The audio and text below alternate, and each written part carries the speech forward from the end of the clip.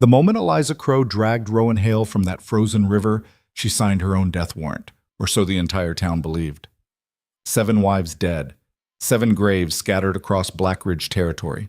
And now this fool woman doctor, already scorned for daring to practice medicine in a man's world, had just saved the one man everyone knew was cursed. They watched her through their windows that night, shaking their heads, already mourning her. But Eliza didn't believe in curses. She believed in proof, and what she was about to uncover would shatter everything they thought they knew. Stay with me until the end of this story. Hit that like button and comment what city you're watching from. I want to see how far this tale travels. The Black Ridge River ran fast and mean that November morning, churning gray-green water over rocks that had broken stronger men than Rowan Hale. Eliza Crow heard the shouts from her clinic window, 3 buildings down from the river bend, close enough that she could make out the panic in their voices, but not the words. She was stitching up old Tom Henderson's hand when the door burst open. "Doc Crow!" Billy Morris, barely 16, his face red from running. "Someone's in the river."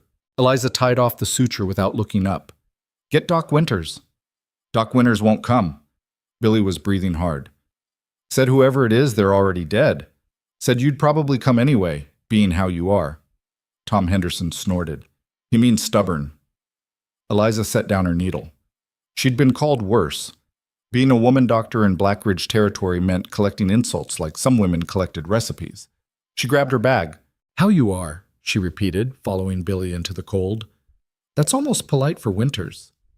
The crowd had gathered at the bend where the current slowed just enough to trap debris against the rocks.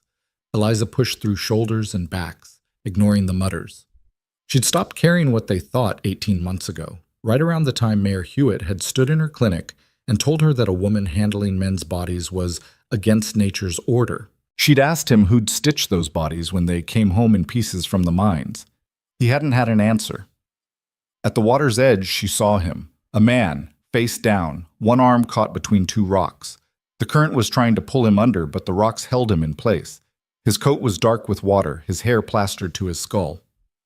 "Someone get a rope," Eliza said. Nobody moved. "Did you not hear me?" She turned. 20 faces stared back. Not one of them met her eyes. "A rope. Now." "That's Rowan Hale," someone said. A woman's voice, thin and tight. "I don't care if it's Abraham Lincoln. Get me a rope." "You don't understand." Marcus Webb stepped forward, his face pale. "That's Rowan Hale." The name meant nothing to Eliza. She'd been in Black Ridge territory less than 2 years, most of that time spent fighting for the right to set bones and deliver babies. She didn't have time for local legends. "Then Rowan Hale is drowning," she said. "Rope." 7 wives, someone whispered. "All dead," another voice added. Eliza stared at them. 20 grown adults standing around watching a man die because of some backwoods superstition. The river churned. The man's free arm twitched. Still alive then. Maybe. "Fine."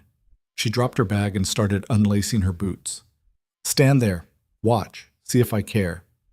"Doc Crow, huh?" She didn't hear the rest. The water hit her like a fist, so cold it stopped her breath. The current grabbed her immediately, stronger than it looked from shore. She fought toward the rocks, her skirts dragging her down. Stupid. Should have taken them off. Too late now. The current slammed her into the rocks beside him. Pain shot through her shoulder. She grabbed the same rock that held him, pulled herself around. His face was gray, lips blue. Not breathing. Maybe already gone. She got her arms under his shoulders, braced her feet against the river bottom. The current pulled. She pulled harder. "Help her!" That was Billy, bless him. "Someone help!" Nothing. Nobody moved. Eliza dragged the man backward, inch by inch. Her feet slipped on the rocks. The water tried to take them both. She thought about letting go, about how easy it would be to just stop fighting, to let the river have them. Then her feet found purchase on something solid. She hauled him back. Again. Again. Her heel hit mud. The current eased. She dragged him up onto the bank and rolled him onto his back. Not breathing. Lips definitely blue now. She tilted his head back, checked his mouth for obstructions. Clear. She pinched his nose, covered his mouth with hers, and breathed. Behind her, someone gasped. She ignored them, breathed again, pushed on his chest, hard, the way Dr. Morrison had taught her back in Philadelphia. 5 compressions, 2 breaths. 5 compressions, 2 breaths. She's kissing him, someone said. She's actually Shut up, Eliza snapped between compressions. Unless you want to do this. Silence. 5 compressions, 2 breaths. Her arms were shaking. The cold was setting in now, making her clumsy. 5 compressions. 2. He coughed. Water sprayed from his mouth. Eliza turned him on his side as he choked, bringing up river water and bile. His body convulsed. She held him steady. That's it, she said. Get it out. He coughed again, harder, sucked in a breath. Another. His eyes opened, dark brown, unfocused. They found her face. Easy, Eliza said. You're all right. You were in the river. He tried to speak, coughed instead. Don't talk yet. She looked back at the crowd. They'd retreated several steps, like he might explode. Someone get a blanket and build a fire. Doc Crow. Marcus Webb's voice was strained. You don't know what you just did. I saved a man from drowning. Revolutionary, I know. That's Rowan Hale. So you keep saying. His wives, all 7 of them, they're all dead.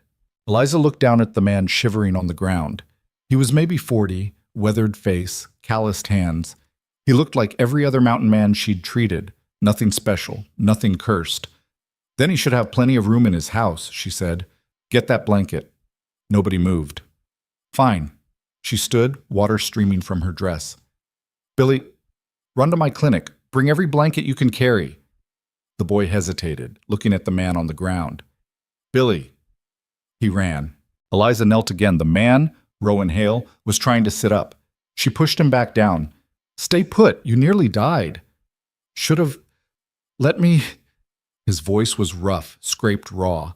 Let you drown. Not my style.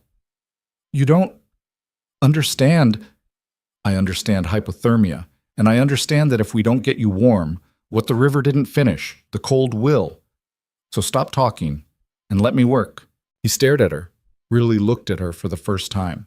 His eyes were clearer now, focusing. Something shifted in his expression, surprise maybe, or fear. Who are you? He asked. Dr. Eliza Crow, and you're my patient whether you like it or not. Doctor? He almost laughed. Almost. They don't let me do anything. I do it anyway. She checked his pulse, fast but steady. When did you fall in? Didn't fall. Jumped. The words hung there between them.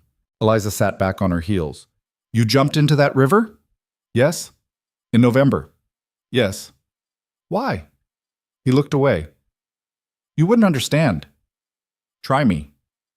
Because everyone's better off when I'm gone.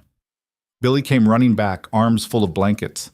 Eliza took them, wrapped them around Rowan. The crowd was dispersing now, drifting away in 2s and 3s, looking back over their shoulders like they expected lightning to strike. Can you stand? Eliza asked. I think so.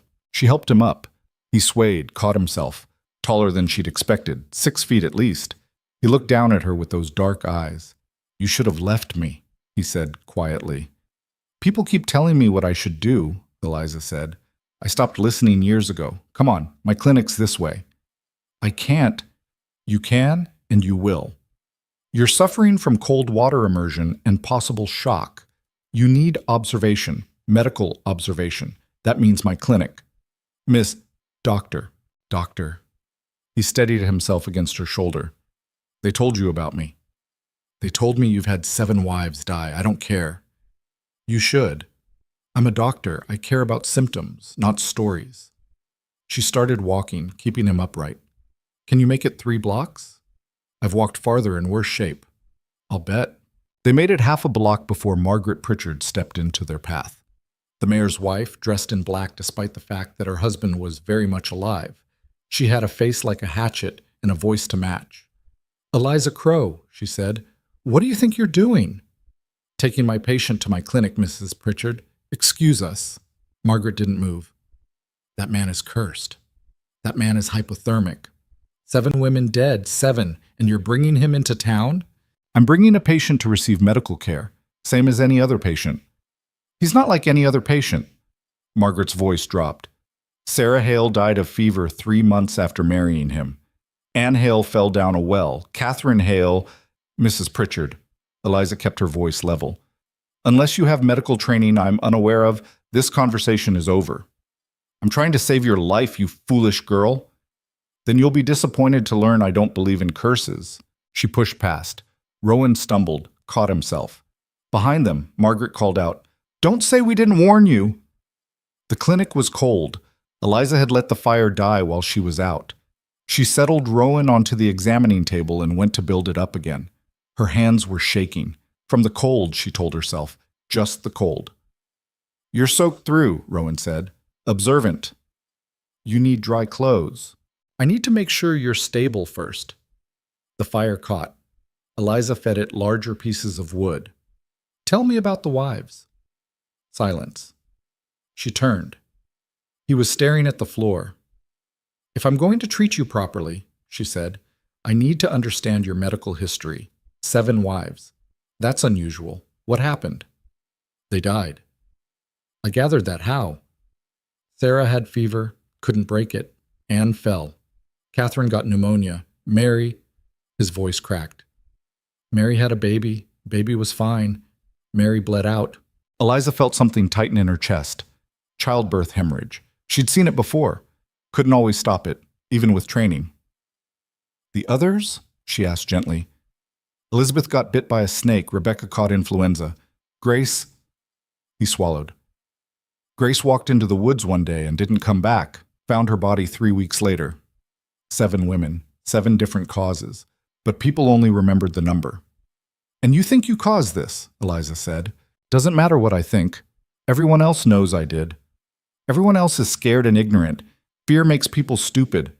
She crossed to the table, started examining him properly. "Breathe deep for me." He did. His lungs sounded clear, no fluid. "Good." "The town thinks you're cursed," Eliza said, pressing her fingers to his wrist, counting his pulse. "What do you think?" "I think I've lost 7 women I cared about." "That's not an answer." "It's the only one I've got." She stepped back, studying him. Grief carved into every line of his face. Not a cursed man, a broken one. "When's the last time you ate?" she asked. "Yesterday, maybe. I'll make soup. You don't have to I'm not asking." She moved to her small kitchen area in the back. "You'll eat, then you'll rest. Then we'll talk about what comes next. What comes next is I leave. Not until I clear you medically. You jumped into a freezing river, Mr. Hale. That's concerning behavior." "I had my reasons." "So you said." She put water on to boil, started chopping vegetables. "Everyone's better off when you're gone. That's a hell of a reason." He didn't answer. Eliza worked in silence, aware of him watching her. The clinic was too small for privacy. 1 room for examining, 1 for her to sleep in. No separation. Every patient who came through could hear her snoring through the thin wall. The soup came together fast. Potato, carrots, onion, nothing fancy. She ladled it into a bowl and brought it to him. "Eat." He took the bowl but didn't move. "It's not poisoned," Eliza said. "I know." "Then eat." He ate. Slowly at first, then faster. When had he last had a real meal? She refilled the bowl. He finished that too. "Better?" she asked. "Yes. Thank you." "You're welcome." She took the bowl back. "Now tell me why you jumped." "I already..." The real reason. His jaw worked. For a long moment she thought he wouldn't answer. "I went to town to buy supplies," he finally said. "Saw Marcus Webb and his wife. They saw me." She screamed. Actually screamed like I was going to attack her. Marcus grabbed her, pulled her inside a shop. 3 other people crossed the street to avoid me. I bought what I needed. Storekeeper wouldn't look me in the eye. And I started back, crossed the bridge, looked down at that water, and I thought... He stopped. "You thought what?" "I thought how easy it would be. How maybe they were right. Maybe I am cursed. Maybe everyone would be safer if I just stopped. Eliza sat down on the stool beside the table. Her dress was still wet, making her cold, but she didn't move. "You're not cursed," she said. "You don't know that." "Yes, I do. I'm a doctor. I believe in bacteria and viruses and accidents and bad luck. I don't believe in curses. 7 wives, 7 tragedies. Not caused by you. Caused by fever, by falls, by snake bites, by complications of childbirth, by life in a harsh place that kills people every day. None of that is your fault? Then why do they all die?" The question was raw, broken. Eliza met his eyes. "Because people die, Mr. Hale. It's what we do. Some of us sooner than others, some of us in ways that make no sense. But it's not because of curses. It's because life is brutal and short and unfair, and sometimes there's nothing we can do about it." He looked away. "You talk like you've lost people too." "Everyone has." "That's not an answer." She almost smiled. "No, it's not." Outside, the sun was setting. Orange light slanted through the clinic windows. Eliza stood, went to close the curtains. When she turned back, Rowan was watching her with an expression she couldn't quite read. "Why'd you save me?" he asked. "You were drowning." "That's not an answer either." "It's the only one you're getting tonight." She pointed to the examining table. "You'll sleep here. I'll be in the next room. If you try to leave before I clear you, I'll drag you back myself." "You're serious?" "Completely." He lay back, exhaustion taking over. Eliza brought him another blanket, made sure he was covered. His eyes were already closing. "Dr. Crow?" His voice was fading. "Yes?" "Thank you." She didn't answer, just turned down the lamp and left him there. In her own room, Eliza finally peeled off her wet dress. Her whole body was shaking now, cold and shock catching up. She wrapped herself in a dry blanket and sat on her bed, staring at nothing. 7 wives dead. The whole town thought she'd just killed herself by saving him. Maybe they were right. "No." Eliza shook her head. "That was fear talking, superstition. She was a doctor. She dealt in facts. Fact, Rowan Hale had tried to kill himself. Fact, she'd stopped him. Fact, the town would never forgive her for it. She should care about that." Her practice was already struggling.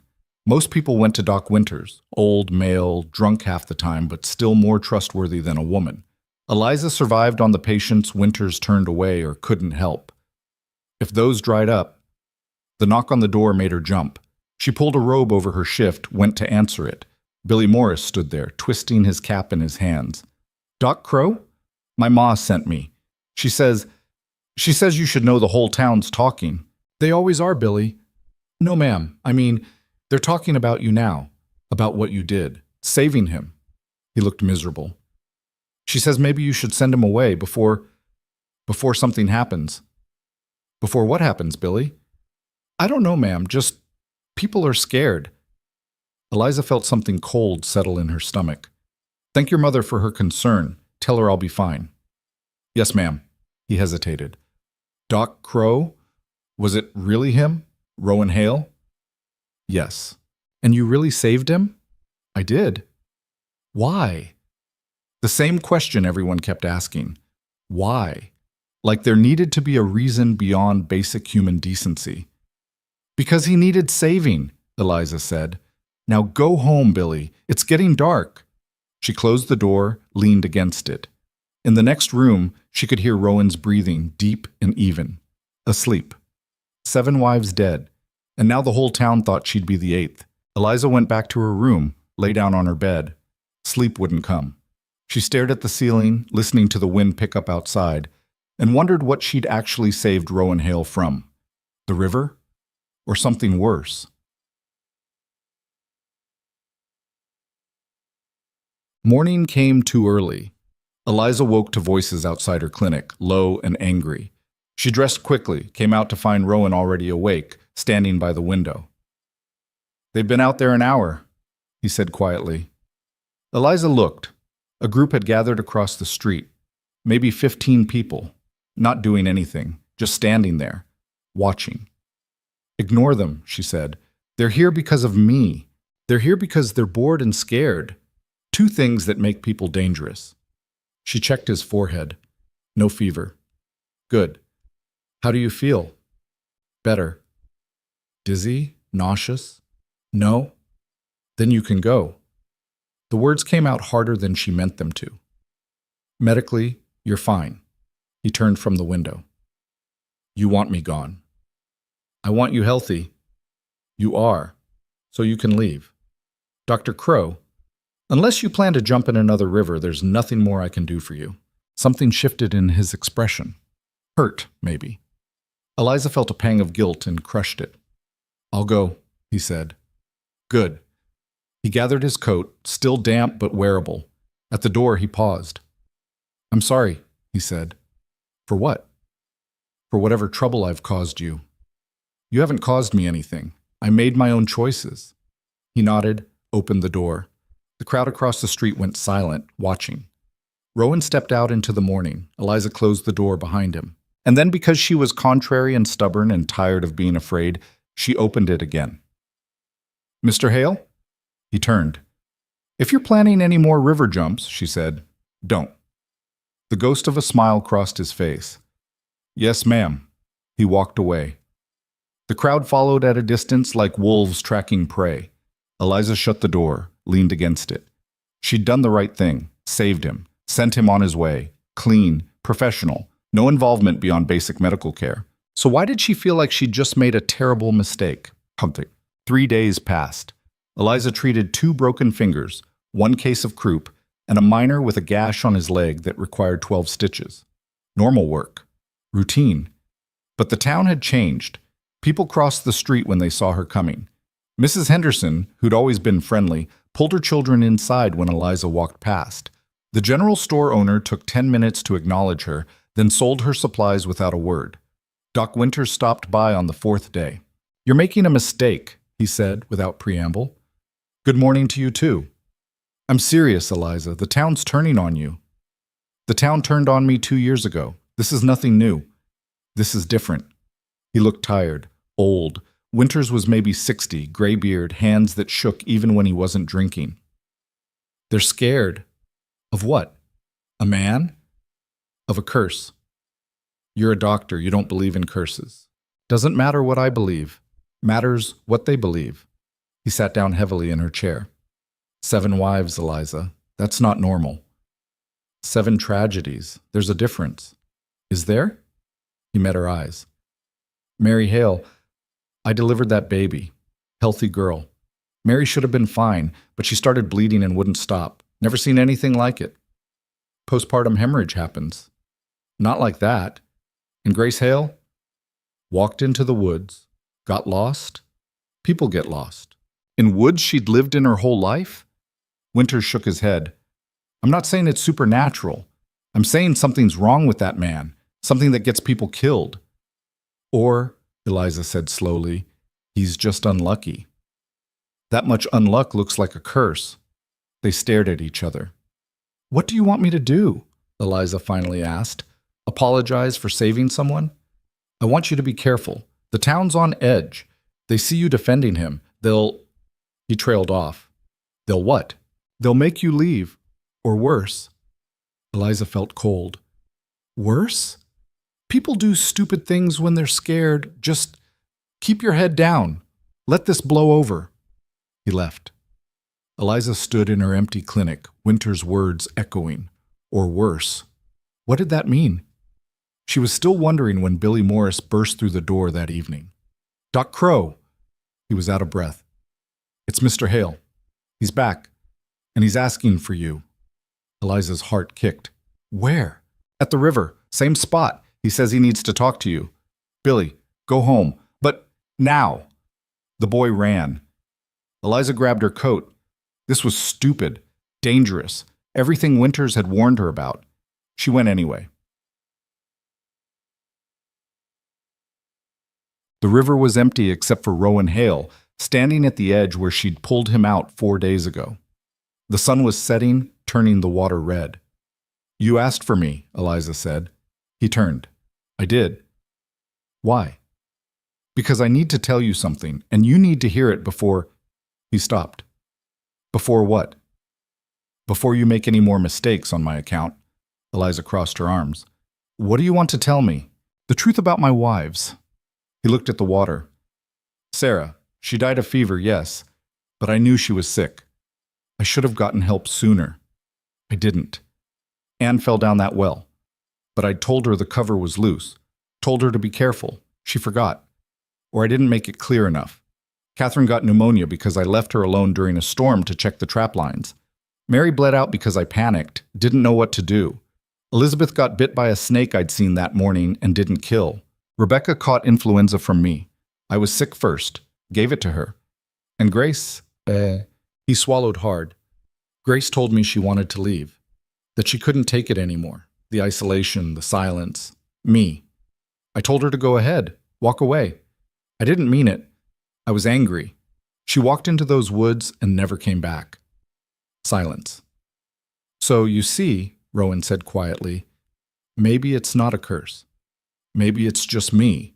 Maybe I kill people by being careless, by being selfish, by not paying attention. 7 different ways, 7 times, but the result's the same. Eliza stared at him. You think you murdered 7 women through negligence, don't you? No, I think you're human.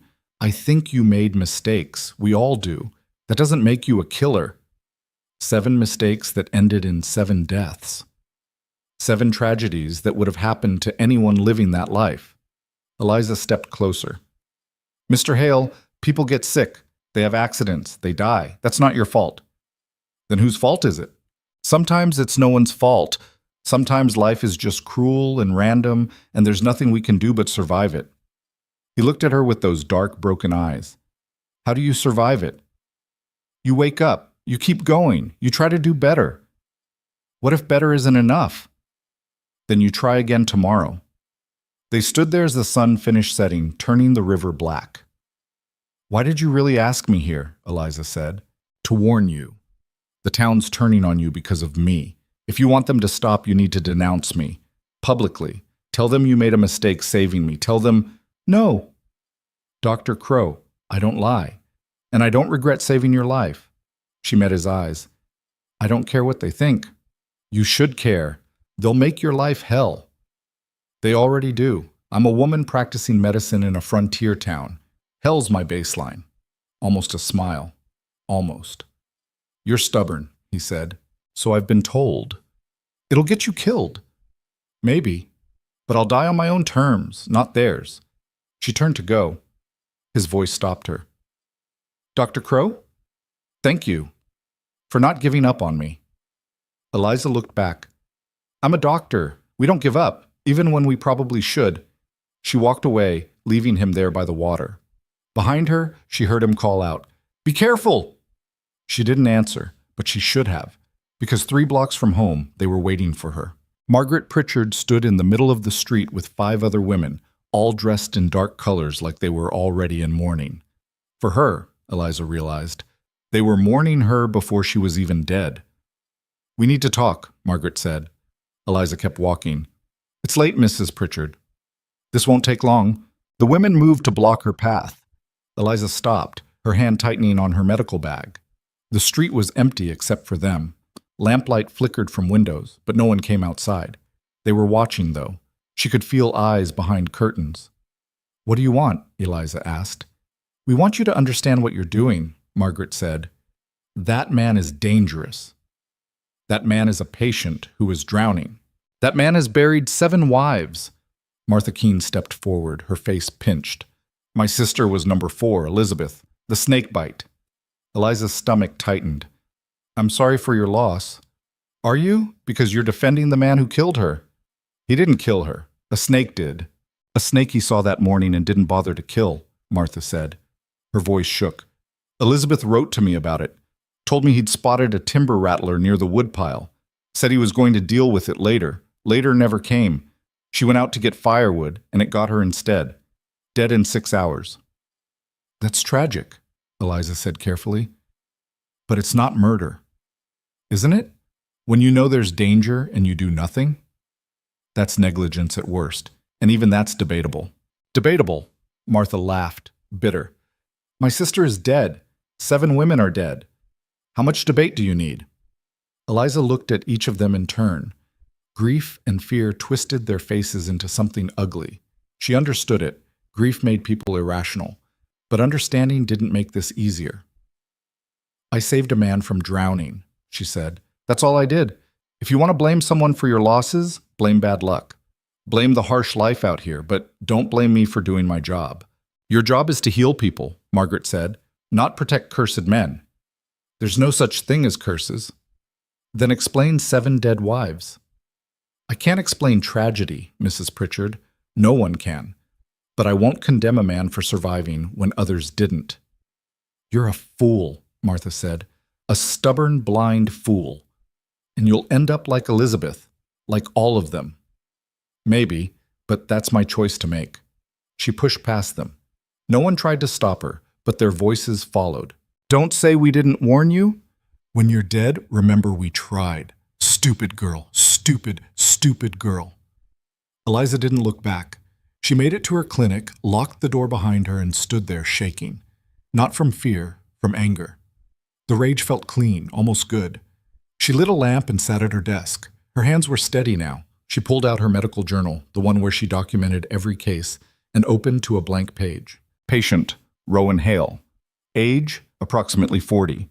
Presented with hypothermia following cold water immersion. Treatment, warming, observation, nutrition. Outcome, recovered. Notes. Patient has experienced significant trauma related to the deaths of 7 spouses over 15 years. Causes of death varied: fever, accident, pneumonia, childbirth complications, snakebite, influenza, suspected suicide/accident. Patient exhibits symptoms of survivor's guilt and depression. Attempted suicide by drowning prior to my intervention. She paused, pen hovering over the page. Assessment. Patient is not cursed. Patient is grieving. Town's superstitious response has created dangerous isolation and reinforced patient's belief that he causes harm. Recommend continued observation and support to prevent further self-harm attempts. Prognosis. Poor given social factors beyond medical control. Eliza closed the journal. Her medical assessment was clear, but medicine couldn't fix mob mentality or superstition.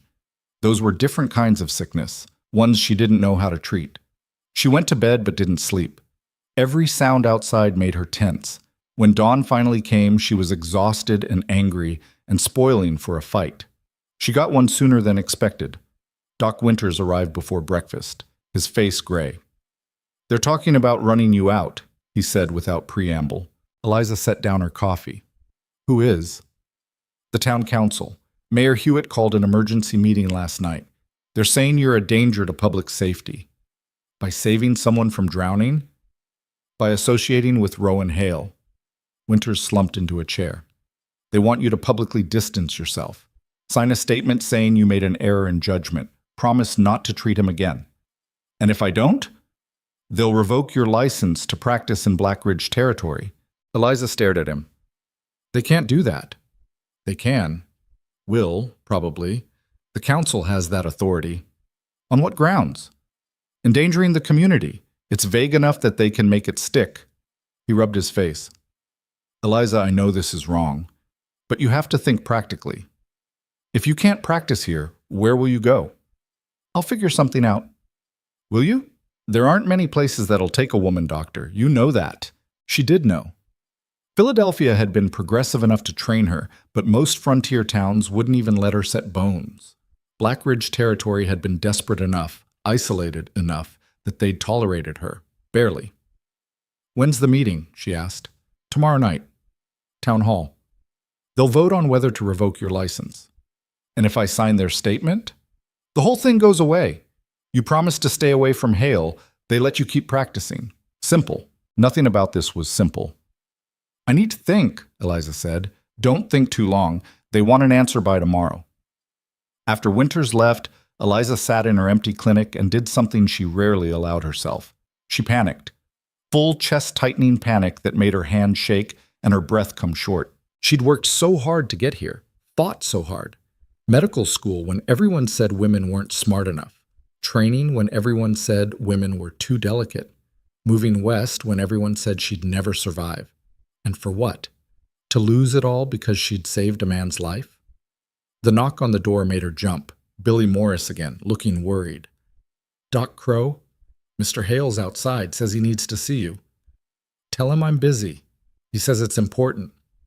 Billy, Please, ma'am. He looks real upset. Eliza closed her eyes, counted to 10, opened them. Fine. Send him in. Rowan entered looking worse than he had after nearly drowning. His face was haggard, his eyes red-rimmed. I heard about the council meeting, he said. Word travels fast. I came to tell you, I'll leave, tonight. I'll go and I won't come back. They'll see I'm gone and they'll leave you alone. Where will you go? Doesn't matter. Somewhere away from here. Somewhere I can't hurt anyone else. You're not hurting anyone. I'm hurting you. His voice cracked. They're going to take away everything you've worked for because of me. Because of them. Because they're scared and stupid. Scared of me, which makes it my fault. Eliza stood. She was tired of this, tired of people taking on guilt that wasn't theirs, tired of fear masquerading as wisdom. Mr. Hale, sit down. Dr. Crow, sit. He sat. Eliza paced. Her mind was working now, anger burning off the panic. She'd spent 2 years in this town being careful, being quiet, proving herself. And where had it gotten her? They still didn't respect her, still didn't trust her, still treated her like an inconvenient woman playing at a man's job. Maybe it was time to stop being careful. I have a proposal, she said. Rowan looked wary. What kind of proposal? You said 7 women died. 7 different causes over 15 years. Yes. And the town believes it's a curse. Yes. Then we prove them wrong. He stared at her. How? By examining the facts, really examining them. I'm a doctor. I look at patterns, causes, evidence. If we can show that each death had a rational medical explanation, we can break this superstition. You want to investigate my wife's deaths? I want to document them properly. Medical histories, environmental factors, everything. Build a case that shows there's no curse, just bad luck and harsh living conditions. No one will listen. They might if we present it right. Facts, evidence, not superstition and gossip. Rowan shook his head. You're risking your career for this. I'm risking my career either way. At least this way I'm fighting back. Why? The question again. Why? She was getting tired of it. Because I'm tired of watching fear win, Eliza said. Because superstition is killing people just as surely as any disease. Because you tried to drown yourself, and I'll be damned if I let you try again just because some idiots can't tell the difference between coincidence and curse. Rowan was quiet for a long moment. You barely know me. I know you tried to die because you believed what they believe. I know grief and guilt when I see them, and I know no one deserves to be destroyed by lies. What if they're not lies? Then we'll find out. But I don't think they are. He studied her face like he was trying to understand a foreign language. You're serious about this. Completely. It won't work. Even if you prove every death was natural, they won't care. People believe what they want to believe. Maybe, but I have to try. Why? There it was again, that question. Eliza sat down across from him. My mother died when I was 12. Cholera. Everyone said it was punishment because she'd spoken out against the minister, said she'd angered heaven. My father believed it. Spent the rest of his life thinking my mother died because she was too outspoken. Was she? Probably. But she didn't die because of it. She died because we drank contaminated water. I didn't know that then. Didn't understand disease transmission, but I do now. And I think about how different things might have been if someone had just said, this isn't punishment, it's contamination. We can fix it. You couldn't have saved her. No, but maybe my father could have lived without the guilt. She met his eyes. Maybe you can too. Rowan looked down at his hands. They were rough, scarred from years of outdoor work. Working hands. What do you need from me? He asked quietly. Everything you remember about each death. Dates, symptoms, circumstances, whatever medical care they received, who treated them. Some of it's hard to talk about. I know, but if we're going to do this, I need complete information. He nodded slowly. When do we start? Now. She pulled out fresh paper and her pen. Tell me about Sarah, your first wife. Start from the beginning. Rowan took a breath. We married in spring of 1848. She was 19. I was 25. We had 6 months before she got sick. What were her symptoms? Started with a headache, then fever. She said her neck hurt. By the 3rd day, she couldn't keep food down. Fever got worse. I tried everything. Cold compresses, willow bark tea. Nothing worked. Did you get a doctor? Nearest doctor was 3 days' ride. By the time I could have gotten there and back, she'd have been dead. So I stayed. And? She died on the 5th day. Fever never broke. She was delirious at the end. Didn't know who I was. Eliza wrote quickly. Did anyone else in the area get sick around that time? A family 2 valleys over lost their son. Similar symptoms. Could have been an outbreak, typhoid maybe, or meningitis. She made notes. What about Anne, the well? That was 3 years later. Winter. I told her the cover was loose, kept meaning to fix it, but the weather was bad. She went out to draw water. Ice on the edge, she slipped. Did you see it happen? No, found her when she didn't come back. She was at the bottom, neck broken. How deep was the well? 20 feet. Instant death then. Quick, at least. Eliza wrote it down. They worked through the afternoon. Catherine, pneumonia after Rowan left her to check trap lines during a storm. Mary, postpartum hemorrhage, the baby born healthy but Mary bleeding out in hours. Elizabeth, timber rattler bite, dead before sunset. Rebecca, influenza that swept the region, killed dozens. Grace walked into the woods and never returned. By the time they finished, Eliza had 10 pages of notes. Patterns were emerging. Not patterns of curse, but patterns of isolation, lack of medical care, harsh conditions. This is good, she said. Solid information.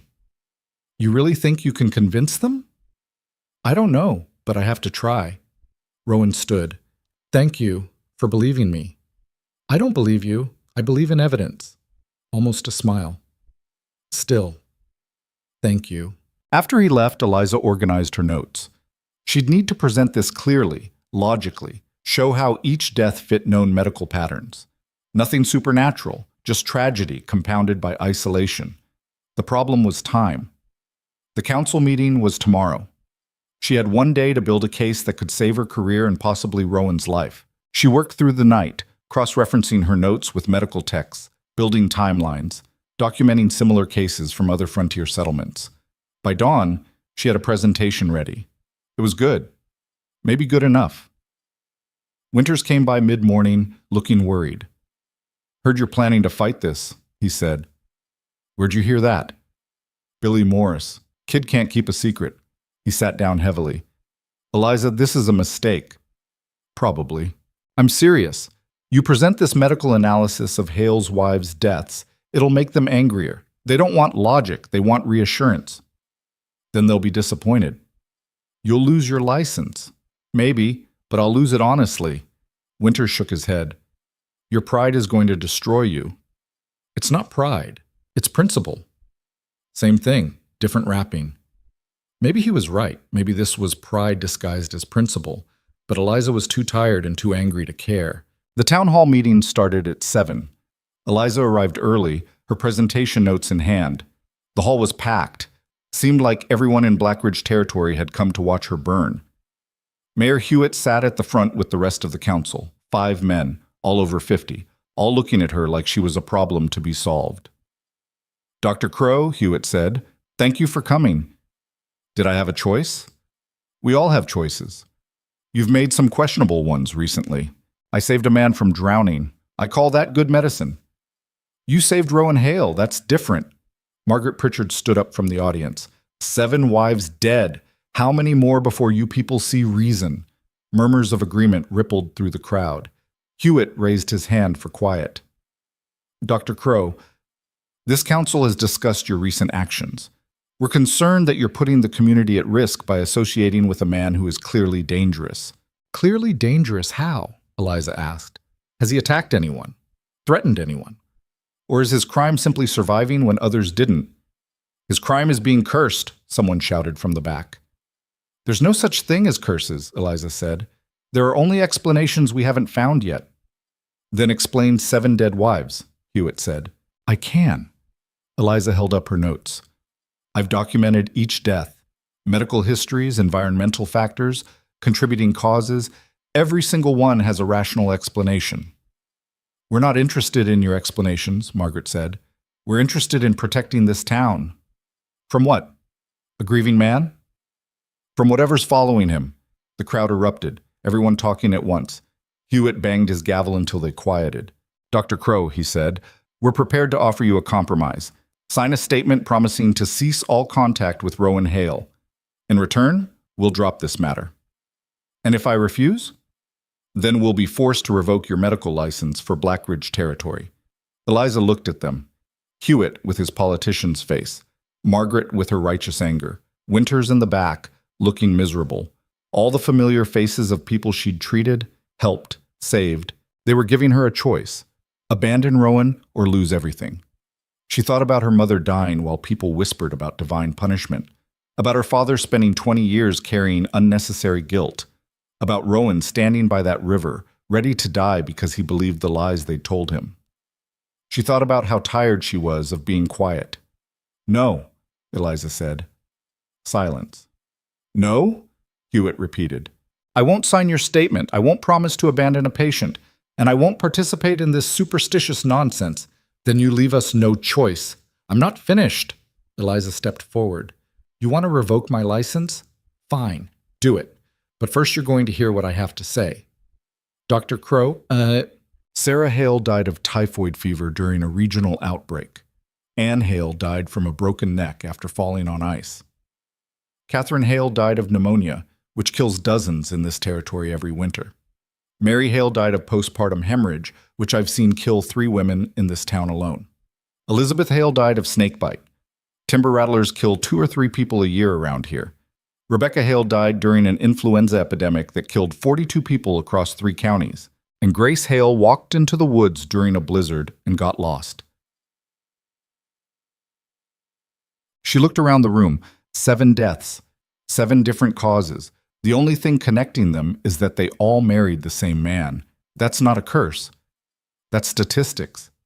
That's life in a harsh place where people die all the time from things we can't control. But they all died, Martha Keene said, tears streaming down her face. Every single one. Yes, and I'm sorry, but that doesn't make it supernatural. It makes it tragedy. You're defending him, Margaret said. I'm defending truth. There's a difference. Truth? Margaret laughed. You want truth? The truth is that man is poison. Everyone who gets close to him dies. And now you've gotten close to him. So what do you think happens next? I think I keep living my life and practicing medicine. You think you're immune to the curse? There is no curse, Eliza's voice rang out. There's just life and death and the space between. Rowan Hale doesn't control any of it. He's just a man who's lost people he loved. Same as all of you. Same as me.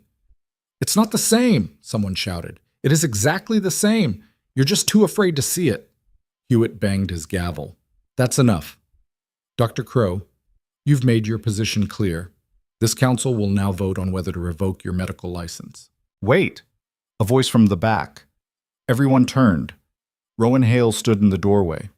The room went silent. Mr. Hale, Hewitt said slowly. This is a closed meeting. Then close it after I speak. Rowan walked forward. People shrank away from him like he was diseased. He stopped in front of the council. You want to punish someone for my wives' deaths? Punish me. Dr. Crow had nothing to do with any of it. She saved your life, Hewitt said. She did her job. That's all. Her job isn't to protect cursed men. I'm not cursed. Rowan's voice was steady. I'm unlucky. There's a difference. 7 wives. 7 women I loved and lost. Yes, and I'd give anything to have them back. But I didn't kill them. Disease killed them. Accidents killed them. Life killed them. You expect us to believe that's coincidence? Margaret said. I expect you to believe the truth, which is what Dr. Crow's been trying to tell you. He turned to face the crowd. I know you're scared. I was scared too, scared enough to try to drown myself, but Dr. Crow saved me. And then she did something harder. She showed me that maybe I'm not a monster. Maybe I'm just a man who's lost too much. Pretty words won't bring back my sister, Martha said. No, nothing will. I'm sorry for that. But destroying Dr. Crow won't bring her back either. Hewitt stood. Mr. Hale, you've had your say. Now please leave so we can vote. I'm not leaving. Not until you hear the rest. There is no rest. Dr. Crow's putting together a complete medical analysis of my wife's deaths, facts, evidence, real explanations. I'm asking you to let her present it before you vote. We've heard enough, Margaret said. You've heard fear and superstition. You haven't heard truth. Your truth or hers? The only truth there is.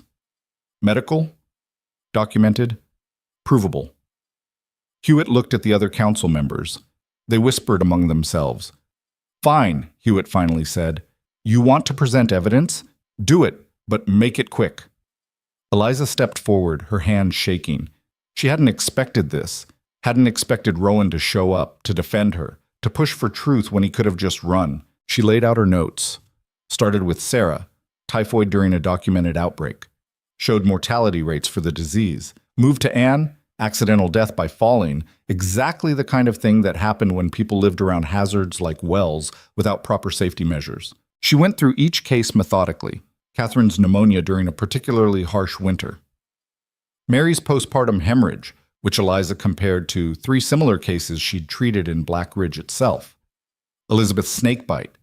She'd researched timber rattler attacks, found documentation of similar deaths across the region. Rebecca's influenza. Grace's disappearance during a blizzard. By the time she finished, she'd been talking for 40 minutes. The crowd was restless, but quiet. So you see, Eliza concluded, every death has a documented medical cause. There's no curse, just harsh conditions and bad timing.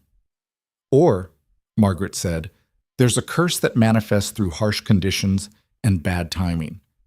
Eliza wanted to scream. How could you fight belief with evidence when people didn't want evidence? Mrs. Pritchard, she said carefully, do you really think a curse would be so indirect? So, medical? I think evil works in mysterious ways. Evil? Rowan Hale isn't evil, he's grieving. Maybe that's what evil looks like. There was no winning this. Eliza could see it in their faces. They'd already decided. Evidence didn't matter. Facts didn't matter. Fear had eaten logic, and nothing was left but superstition. Hewitt stood. We'll vote now. All in favor of revoking Dr. Crow's medical license? 4 hands went up. Only 1 stayed down. Samuel Garrett, the youngest council member, looking miserable. Motion carries, Hewitt said. Dr. Crow, effective immediately, you are no longer licensed to practice medicine in Black Ridge territory. The words hit like a physical blow. Eliza stood there, numb. 2 years. 2 years of work, gone, because she'd saved a life. There's more, Hewitt said. We're also recommending that Rowan Hale be removed from the territory, for the safety of the community. You can't exile someone for being unlucky, Rowan said. We can't force you to leave, but we can make it clear you're not welcome. I was never welcome. Then you should have left years ago. Rowan looked at Eliza. She saw something in his eyes, guilt, apology, resignation. I'll go, he said quietly. Tonight. I won't cause any more trouble. Mr. Hale, Eliza started. It's done, Dr. Crow. I appreciate what you tried to do, but they're right. I should have left a long time ago.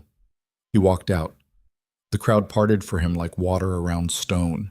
Eliza stood in the town hall, her medical license revoked. Her patient gone. Everything she'd fought for crumbling around her. Winters approached her after the crowd dispersed. I'm sorry, Eliza. Are you? You voted to revoke my license. I had to. The council was unanimous except me. 1 vote wouldn't have changed anything. You could have tried. And destroyed what little influence I have? I'm sorry, but I have patients to think about. People who need me. People who needed me too. Until tonight. He looked tired, old. What will you do? I don't know. That was the truth. She had no idea. Go back east? Try another frontier town? Give up medicine entirely? She gathered her notes, all that useless evidence, and walked home through dark streets. Her clinic looked small and shabby in the moonlight. She'd thought she was building something here, a practice. A life. All gone now. She was packing her medical instruments when the knock came. She expected Rowan, expected him to apologize again, to tell her he was leaving, but it was Billy Morris, out of breath. "Doc Crow," he gasped. "You gotta come, it's Mr. Hale." Her stomach dropped. What happened? "He's leaving, heading to his cabin up in the high country, but—" Billy looked scared.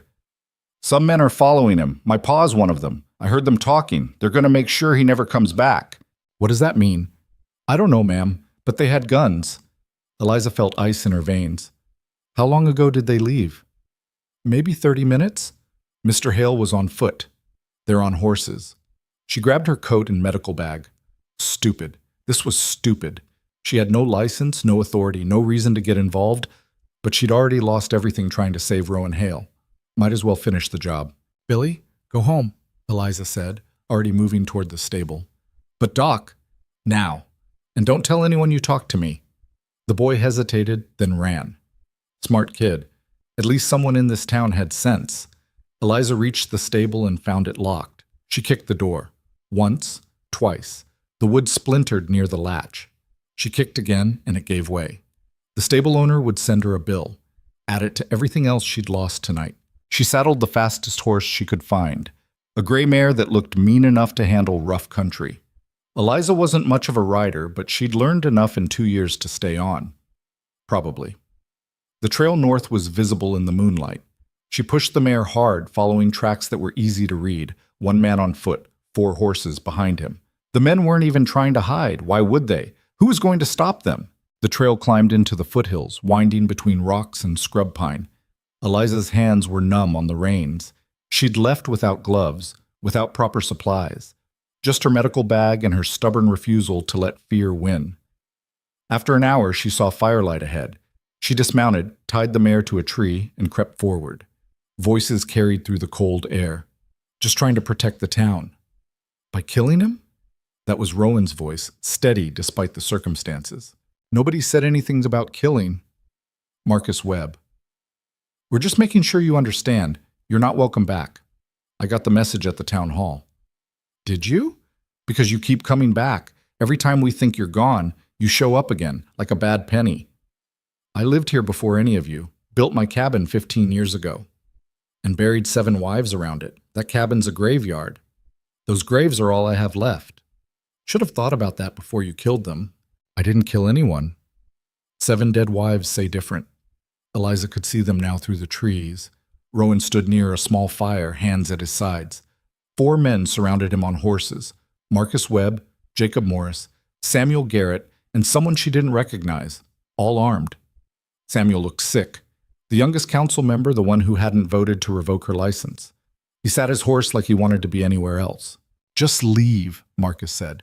"Tonight. Don't come back. We find you in Black Ridge territory again. It won't be a conversation. This is my land." "Not anymore. The council's claiming it under abandoned property law. I'm standing right here. That's not abandoned.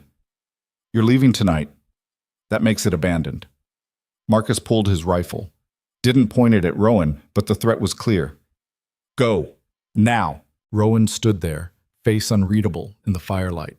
Eliza could see him calculating. 4 armed men, one of him. No good options.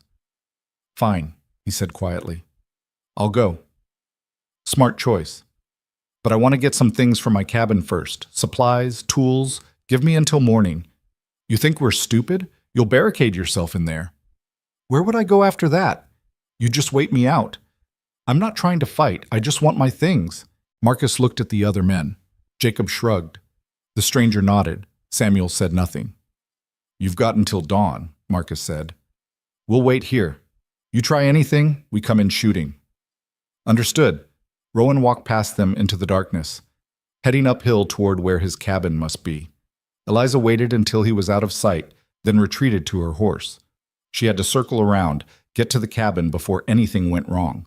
The terrain got rougher. She led the mare on foot, climbing through rocks and thorns that tore at her skirt. Her breath came hard in the thin mountain air. She found the cabin by accident, nearly walking past it in the dark. It was small, built from logs, tucked into a clearing surrounded by pine trees. Behind it, she could see shapes in the moonlight. 7 wooden crosses marking 7 graves. The door was open. Lamplight spilled out. Eliza approached carefully. Mr. Hale? He appeared in the doorway, a rifle in his hands. When he saw her, his face went through shock, anger, and resignation in quick succession. What are you doing here, he said. Billy Morris told me men were following you, men with guns. They're waiting down the trail, giving me until dawn to gather my things and leave. And then what? Then I leave. Like they want. Where will you go? Does it matter? He lowered the rifle. Dr. Crow, you shouldn't be here. Neither should you. Not alone. Not with 4 armed men waiting to... She stopped. What do you think they'll do at dawn? Let me leave. Probably. You don't believe that. What I believe doesn't matter anymore. He set the rifle down and went back inside. Eliza followed. The cabin was sparse. One room divided into sleeping and living areas. A wood stove. A table. Shelves with supplies. Everything neat and organized, like a man who'd had too much time to arrange his loneliness. Rowan was packing a canvas bag with supplies, dried meat, flour, coffee. They voted to revoke your license, he said without looking at her. I know. I was there. You lost everything trying to help me. I lost everything trying to tell the truth. There's a difference. Is there? He shoved a tin of salt into the bag. You'd still have your practice if you'd just let me drown. And you'd be dead. I prefer this. Do you? No license, no patience, no future in Black Ridge. He finally looked at her. What will you do? I don't know yet. Find another town, maybe. Start over. After what happened tonight, word will spread. No frontier town will take you. He was probably right. The territories were small, connected by gossip and fear. A woman doctor was already suspect.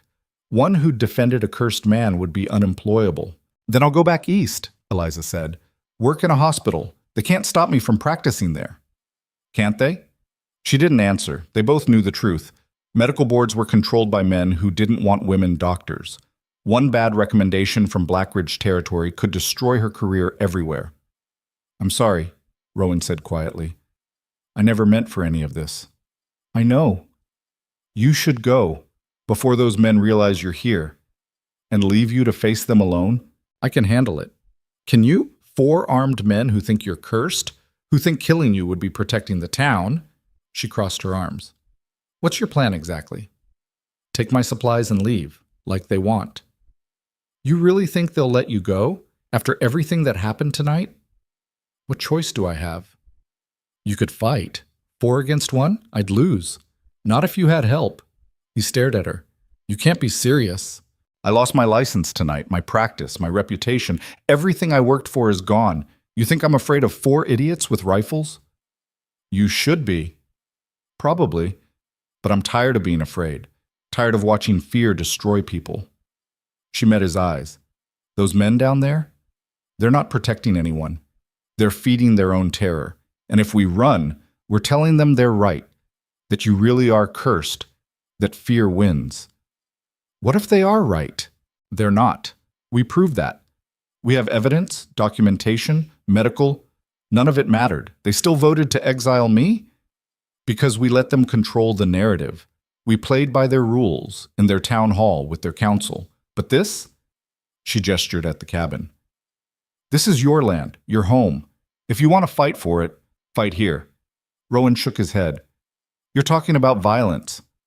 I'm talking about standing your ground. Against 4 armed men. Against 4 scared men. There's a difference. He was quiet for a long moment, looking around his cabin. At the life he'd built here. At the graves outside where 7 women rested. I'm tired, he said finally. Tired of fighting. Tired of losing. Maybe it's easier to just let go. It's always easier to let go. That doesn't make it right. What's right? Staying here and getting killed? Getting you killed? I came here of my own choice. Nobody forced me. You came here because you're stubborn and reckless. Same reason I pulled you out of that river. Almost a smile. Almost. Dr. Crow, he said. Eliza, you're a good person. Better than I deserve. But this isn't your fight. Then whose fight is it? Yours alone? You tried that. It got you to the edge of a river ready to jump. She stepped closer. I'm not leaving. You can try to make me, but I won't go. So either we figure out how to handle those men together, or we both lose. Your choice. He looked at her for a long time. Something shifted in his face. The exhaustion giving way to something harder. Determination, maybe. Or just the realization that he was done running. If we do this, he said slowly, people might get hurt. People are already hurt. The question is whether we let fear keep hurting them. That's not an answer. Yes, it is. We stand our ground. We show them the curse isn't real, and we make it clear that exile and intimidation won't work anymore. How? Good question. Eliza's medical training hadn't covered standoffs with armed men, but she'd spent 2 years in Black Ridge Territory watching how frontier justice worked. It was brutal, but it had rules. They're waiting until dawn, she said. That gives us a few hours. To do what? To prepare. To make this cabin defensible. To convince them that attacking you is more trouble than it's worth. You want to turn my home into a fort? I want to make sure you survive the night. Rowan ran a hand through his hair. This is insane. Completely. Are you in? He looked at the rifle leaning against the wall, at the supplies he'd been packing, at the graves outside where 7 women who'd trusted him lay buried. I'm in, he said. They worked fast. Rowan knew his cabin's weaknesses. The windows were too large, the door too thin. They barricaded the windows with furniture and boards from the woodshed, reinforced the door with a beam across the inside. Eliza checked Rowan's supplies. He had ammunition for the rifle, but not much. Enough for a short fight, not a siege. How good a shot are you? She asked. Good enough. That's not reassuring. I can hit what I aim at, usually. Usually? I'm better with traps than guns. Can you set traps between here and where they're waiting? Not in the dark. Too easy to trigger them myself. They kept working. Eliza filled containers with water from the well. If this went bad, they'd need drinking water. Rowan organized his limited ammunition, checked the rifle's action. Around 3 a.m, they stopped. The cabin was as secure as they could make it.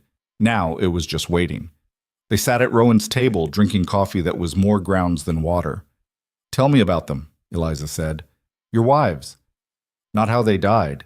Who they were. Rowan looked surprised. Why? Because if we're defending this place, I want to know what we're defending. He was quiet for a moment. Sarah was a school teacher, came west to educate minors' children. She had this laugh, loud and sudden, like it surprised her every time. Anne was a farmer's daughter, strongest woman I ever met. Could lift a hay bale like it was nothing. Catherine loved to paint. Not good at it, but she didn't care. She'd paint the mountains, the trees, anything. His voice softened. Mary wanted children so badly. When she got pregnant, she was terrified and excited. Wouldn't let me leave her side the last month. Elizabeth wrote letters, dozens of them. Wrote to her sister every week. I still have them in a trunk.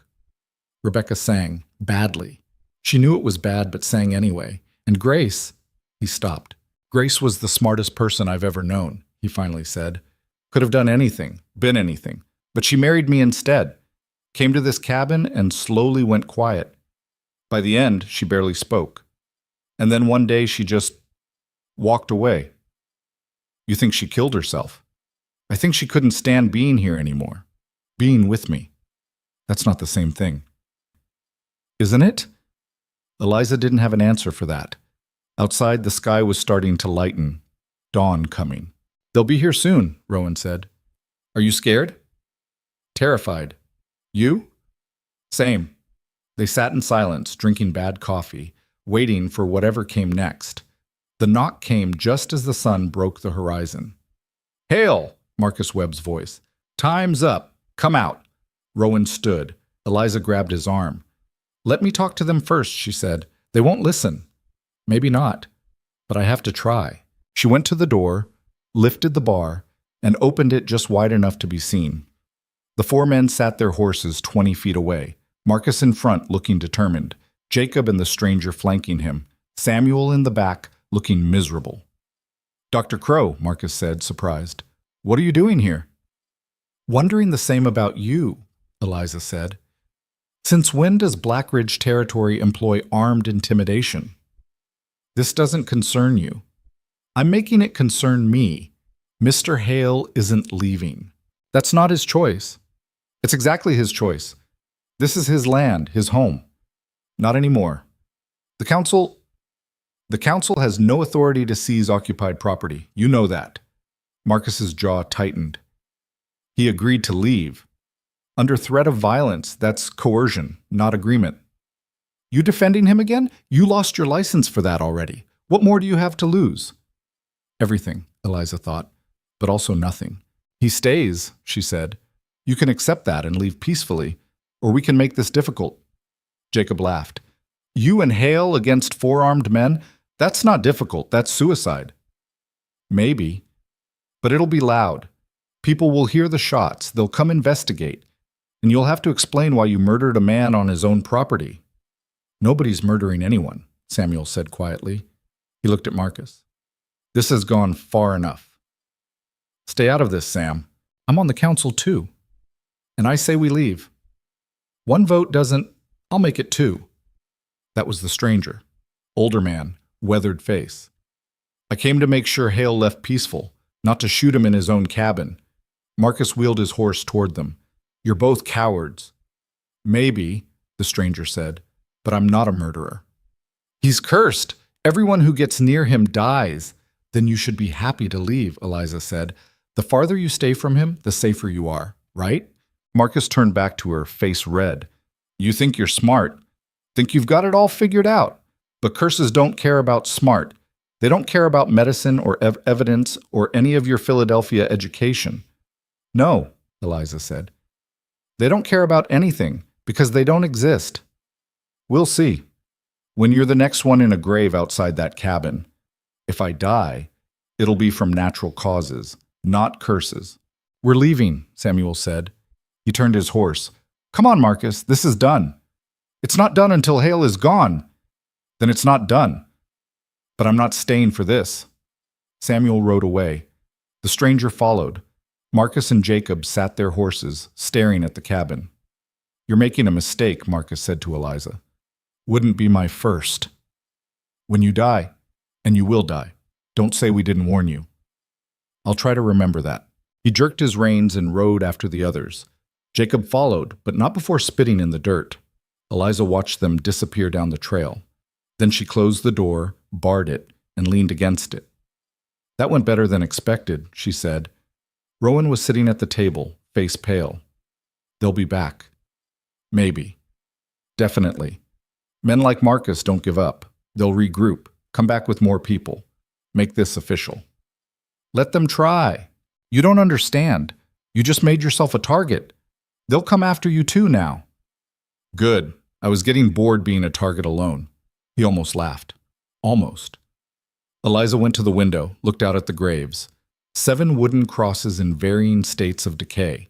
Sarah's was oldest, the wood weathered almost smooth. Grace's was newest, still showing the marks where Rowan had carved her name. You should go, Rowan said behind her, while you still can, before they decide you're as cursed as me. I'm not going anywhere. Why not? Because I'm tired of running, tired of being afraid, and because someone needs to prove those graves aren't evidence of a curse. They're evidence of life in a hard place. Nothing more. You can't prove that by staying here. Can I? If I stay and nothing happens, that's pretty good evidence. And if you stay and you die, then at least I died trying to change something instead of just accepting it. Rowan joined her at the window. You're the stubbornest person I've ever met. So I've been told. They stood there in silence, watching the sun rise over the mountains. It was beautiful up here, cold and harsh, but beautiful. Eliza could see why someone would build a life here, could also see how that life might break a person. What happens now? Rowan asked. Now, we wait, we prepare, and we see what they do next. That's not much of a plan. It's the only one we've got. They spent the day fortifying the cabin further. Rowan showed Eliza how to load and fire his rifle. Awkward work, but she managed. They inventoried supplies, enough food for maybe 2 weeks if they rationed, water from the well, ammunition for 10, maybe 12 shots. Not enough for a real siege, but maybe enough to make people think twice. As evening approached, Eliza stood at the door looking down the trail. No sign of anyone, but she could feel them out there. The town, watching, waiting to see what would happen to the foolish doctor who'd defended the cursed man. "You ever think about leaving?" she asked Rowan. "Before all this? Just walking away from the territory entirely, starting somewhere new." "Every day. But where would I go? The curse follows me, remember? That's what they all believe." "What do you believe?" He was quiet for a long time. "I believe I've lost everyone I cared about. And whether that's curse or coincidence doesn't change the fact that they're gone. It changes whether you deserve to be punished for it. Does it? Grace walked into those woods because of me, because I made her miserable. Curse or not, I'm responsible. You're responsible for your marriage failing, not for her dying. What's the difference? Everything. One's human, one's tragedy. You can't control tragedy. Can't control marriage much either." Fair point. They ate a cold dinner. Didn't want smoke from cooking to draw attention. Dried meat and hard bread. It tasted like sawdust, but Eliza was too tired to care. Around midnight, Rowan spoke. "Thank you for staying. Where else would I go?" "Anywhere. Somewhere safe." "Safe is overrated." "You really believe that?" Eliza thought about Philadelphia, about her nice, safe life training in hospitals where the biggest danger was a disapproving professor, about how she'd left all that to come west, to practice frontier medicine, to do something that mattered. "I believe safety's important," she said, "but it's not everything. Sometimes you have to risk it to make things better. And if you die trying, then at least I tried." They took turns sleeping, one always awake to watch the trail. Eliza took first watch, sitting by the window with the rifle across her lap. She didn't expect to actually use it, hoped she wouldn't have to, but having it made her feel slightly less helpless. Around 3 in the morning, she saw lights in the distance, torches, moving up the trail. "Rowan," she said quietly. He was up instantly, moving to the window. They counted 8 lights, 8 people, more than before. "This is bad," Rowan said. "How bad?" "Very." The torches came closer. Eliza could make out faces now. Marcus Webb leading, Mayor Hewitt beside him, 6 others, all men, all armed. They stopped 50 feet from the cabin. "Rowan Hale," Hewitt's voice carried through the cold air. "By order of the Black Ridge Territory Council, you are hereby evicted from this property. You have 1 hour to vacate." "What if he refuses?" Eliza called back. "Dr. Crow, I should have known." Hewitt shook his head. "Then we remove him by force." "You mean kill him?" "We mean enforce the law. There's no law that lets you seize occupied property. There is when that property poses a danger to the community. He's one man in a cabin. What danger does that pose?" "The same danger he's always posed, the curse." There it was again, that word, curse. Like saying it enough times made it real. "I'll make you a deal," Eliza said. "Give us 1 month. 1 month of living here peacefully. If nothing bad happens, no mysterious deaths, no accidents, no curses, you leave us alone. Permanently. And when something does happen," Marcus called out, "then you can say you were right. But if nothing happens, you admit there's no curse and you let Mr. Hale live in peace." Hewitt and Marcus conferred. The other men shifted uneasily. 1 month was a long time to wait. "No deal," Hewitt finally said. "You leave now or we come in." Eliza looked at Rowan. He was gripping the rifle, knuckles white. "Your choice," she said quietly. "We can fight, or we can try to talk them down, or we can run. If we run, they win. Curse becomes real in everyone's mind. If we fight, people die. And if we talk, they might listen, or they might not." Rowan set down the rifle. "I'll go out, talk to them. Alone." "That's suicide." "Maybe, but it's better than you dying for me." "Nobody's dying if I can help it." "You can't help it. Not against 8 armed men." He moved toward the door. Eliza blocked his path. "No," she said. "Dr. Crow, I didn't lose my license and my practice to watch you surrender now. We stand together or not at all. You're impossible. And you're not jumping in any more rivers, metaphorical or otherwise." They stared at each other. Outside, Hewitt called again. 1 hour, Hale, then we're coming in." Rowan looked at the door, at the barricades they'd built, at 7 graves visible through the window. "Together then," he said. "Together." They opened the door. They stood in the doorway together, Rowan slightly ahead of Eliza, both unarmed. The 8 torches flickered in the pre-dawn darkness. casting moving shadows across the men's faces. "We're not leaving," Rowan said. His voice was steady, clear. Mayor Hewitt stepped forward. "Then you're making this harder than it needs to be." "No, you are, by pretending this is about law when it's really about fear." "Fear keeps people alive in these mountains. Fear also makes people stupid, makes them see patterns that aren't there, blame men for things they didn't do." Marcus raised his rifle. "We gave you a chance to leave peacefully, and I'm giving you a chance to walk away," Rowan said, "before this becomes something none of us can take back." "That a threat?" "It's a fact. You shoot at this cabin, someone dies. Maybe me, maybe Dr. Crow, maybe one of you when we shoot back. Is that what you want? Blood on your hands because you couldn't let go of a superstition? It's not superstition when there's 7 graves proving it. Those graves prove that life is hard and people die, nothing more." "Then why'd they all die after marrying you?" The question hung in the air. Eliza could see Rowan's shoulders tense. This was the heart of it, the question he'd been asking himself for years. "I don't know," Rowan said quietly, "but I know it wasn't supernatural. It was fever and accidents and bad luck. Same things that kill people every day in this territory." Convenient answer. "It's the truth. Your truth, not ours." Eliza stepped forward beside Rowan. "Then let's test it. Give us 1 month. We'll live here, work here, prove there's no curse. If something happens to me, you win. If nothing happens, you admit you were wrong." "Already offered that," Hewitt said. "Already refused it." "Why?" "If you're so sure the curse is real, 1 month should prove it. Because we're not gambling with your life to prove a point. It's my life to gamble with. Is it?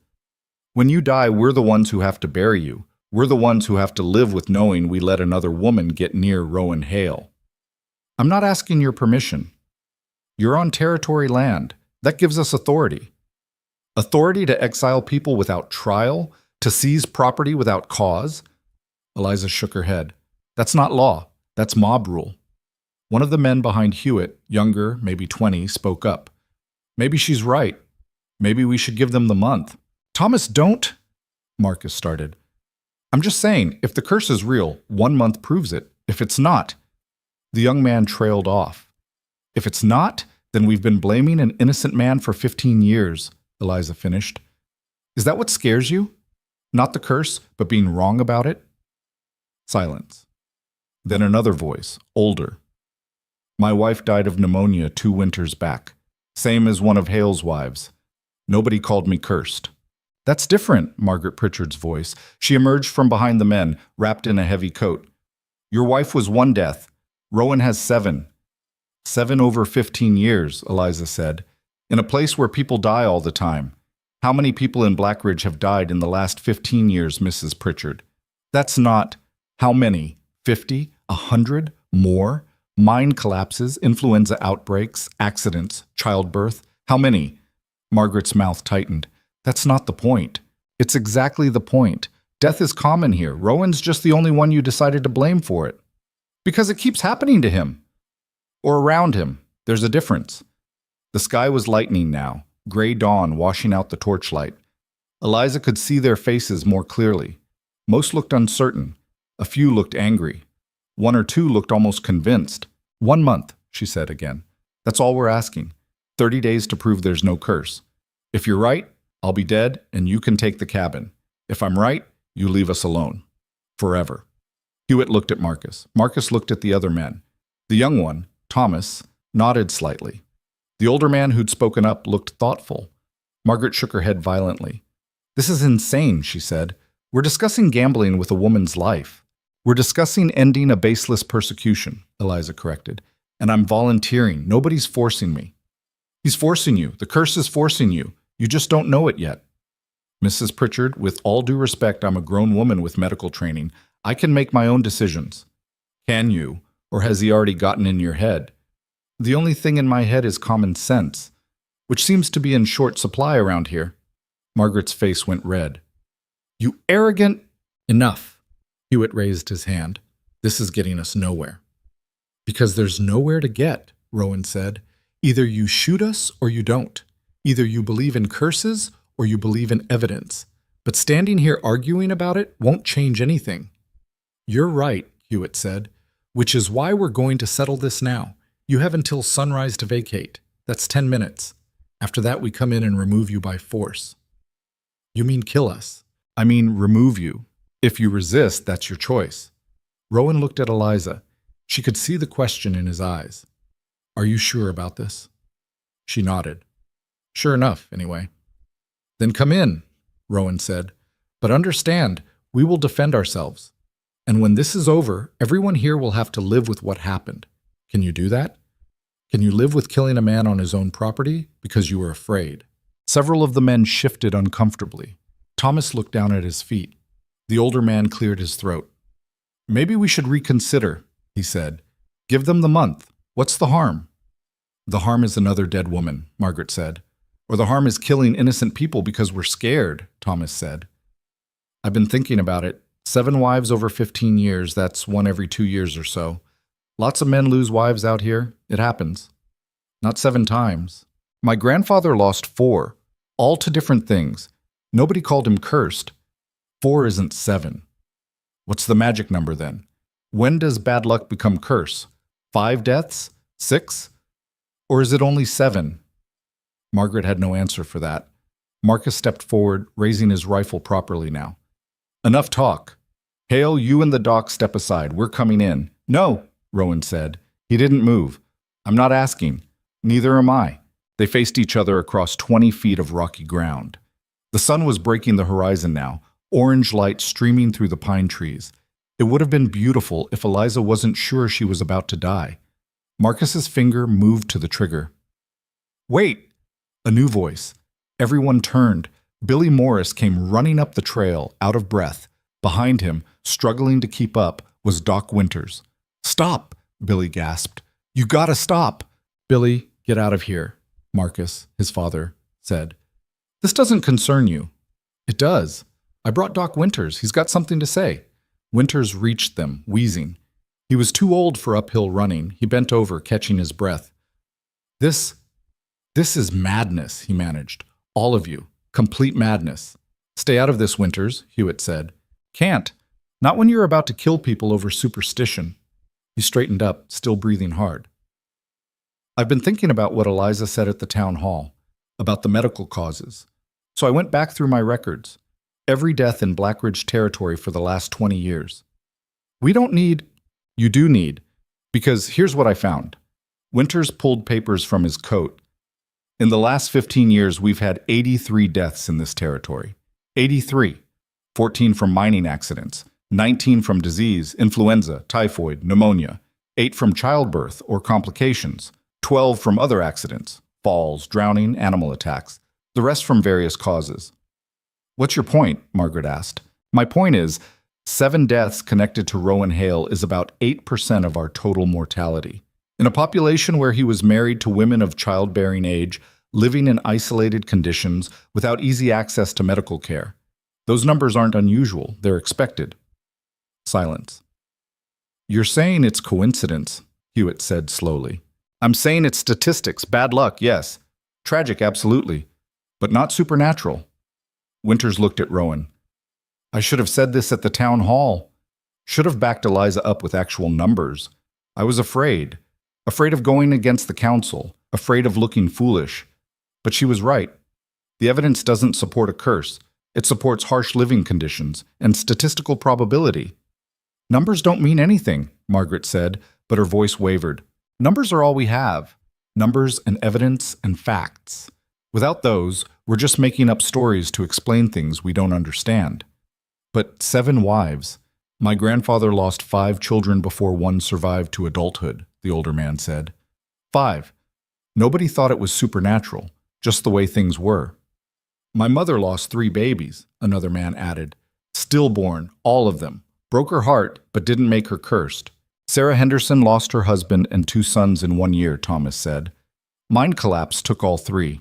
We mourned with her. We didn't exile her. The tide was turning. Eliza could feel it. Not everyone was convinced, but doubt was spreading, and doubt was better than certainty. Marcus still had his rifle up. This doesn't change anything. Curse or not, people die around Hale. That makes him dangerous. People die around everyone, Winters said. That makes life dangerous. Can't exile a man for that. Watch us. You'll have to shoot me first. Winters moved to stand between Marcus and the cabin. I won't let you kill them over superstition, not when the evidence says otherwise. Me neither. Thomas stepped forward, joining Winters. The older man hesitated, then moved. Nor me. One by one, the other men lowered their rifles. Not all of them. Marcus kept his up, and one other man. But most were done. You're all fools, Margaret said. When she dies, remember you could have stopped it. If I die, Eliza said, it'll be my choice, and my responsibility, not yours. Margaret stared at her with something like hatred, or fear. Maybe both. 1 month, Hewitt said finally. You want to prove there's no curse? You've got 30 days, but understand, anything happens to you, anything at all, it proves we were right, and Hale answers for it. Nothing's going to happen, Eliza said, except us living our lives peacefully, same as anyone else. We'll see. Hewitt looked at Rowan. You're a braver man than I thought, or a more foolish one. Neither. Just tired of running. Running might have kept you alive. Might have. But it wouldn't have been living. Hewitt turned to go. Marcus lingered, rifle still raised. Marcus, Hewitt said, it's over. It's not over. Won't be over until Hale's gone or dead. Then you'll be waiting a long time. Come on. Slowly, reluctantly, Marcus lowered his rifle. He looked at Rowan with pure hatred. 30 days, he said. Then we'll see who was right. He turned and followed Hewitt down the trail. Margaret went with him, spine rigid with anger. The other men dispersed in small groups, talking quietly. Winters stayed behind with Billy. That was closer than I'd like, he said. Eliza's legs felt weak. Now that it was over, the fear was catching up. She sat down heavily on the cabin steps. Thank you, she said, for the statistics, for standing up. Should have done it sooner, should have backed you at the town hall. Winters looked old and tired. I let fear guide me instead of evidence. Won't happen again. Why'd you change your mind?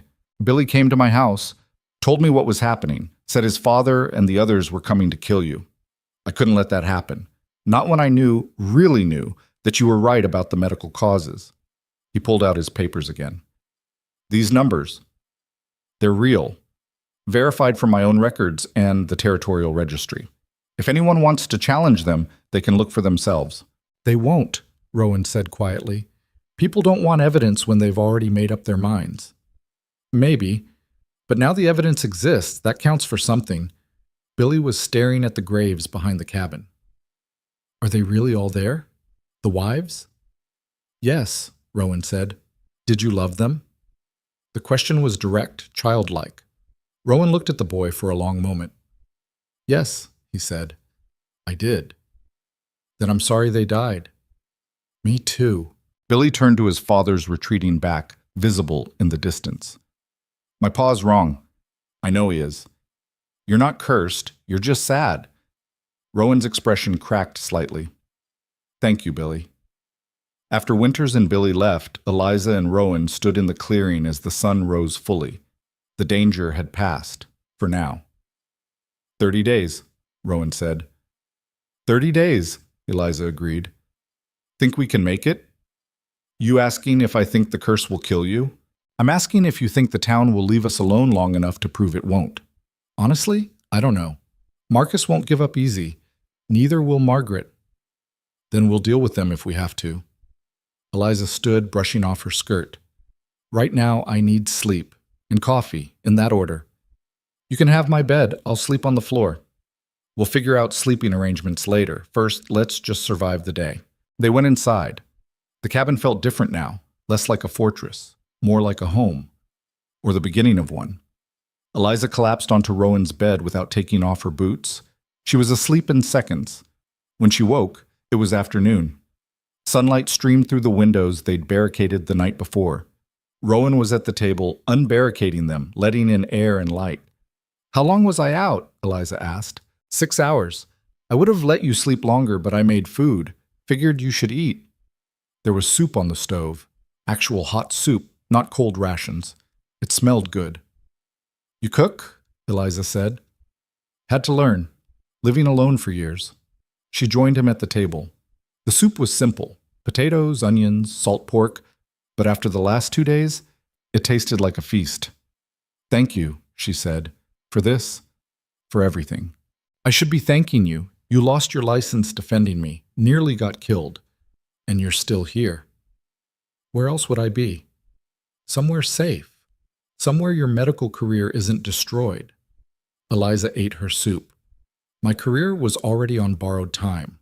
Blackridge Territory tolerated me because they were desperate. That wouldn't have lasted forever. Still, you sacrificed everything." "Not everything. I still have my skills, my knowledge, my ability to practice medicine." "Without a license. Licenses are just paper. They don't make me a doctor. Training and experience do that." Rowan was quiet for a moment. "You could still leave. Before the month is up, go back east, find a hospital that'll take you. And abandon this experiment after I just convinced half the town to give us 30 days? It's not too late." "It's been too late since I pulled you out of that river." She met his eyes. "I'm not leaving, Rowan. Not unless you want me to." "I don't, but I should, for your sake." "Let me worry about my sake. You worry about keeping this cabin standing and proving we can live here without dying mysteriously." Almost a smile. "That's a low bar." "Sometimes low bars are all we get." They finished eating in comfortable silence. Then Eliza helped Rowan finish unbarricading the windows, let the light in, let the air flow. "What happens now?" Rowan asked. "For the next month." "Now? We live. We work. We show them there's nothing supernatural happening here. And if something does happen, if you get sick or hurt, then you get me medical care and we prove it's natural causes, same as any other illness or injury. The town won't see it that way. The town sees what they want to see. We can't control that. We can only control what we do. Which is, live honestly, document everything, keep records. If I so much as stub my toe, we write it down with date, time, and cause. Build an evidence trail that shows normal life, normal problems, normal solutions." Rowan nodded slowly. "You've thought about this." "I had 6 hours of sleep to think about it. Well, dream about it. Same thing." She went to the shelf where Rowan kept supplies and found a blank ledger book. "We'll use this. Daily log. Everything that happens, no matter how small." "You really think that'll convince them?" "Maybe not everyone, but it'll convince some. And some is better than none." They spent the rest of the day establishing routines. Eliza claimed a corner of the cabin for her medical supplies. Rowan helped her build a shelf. They discussed sleeping arrangements and settled on Rowan taking the floor until they could build a second bed. "I can build furniture," he said. "Had to make most of what's here. Then make a second bed. We're going to be here a month. Might as well be comfortable." Evening came. Eliza sat at the table writing the first entry in their log. Day 1. No incidents. Dr. Crow in good health. Mr. Hale in good health.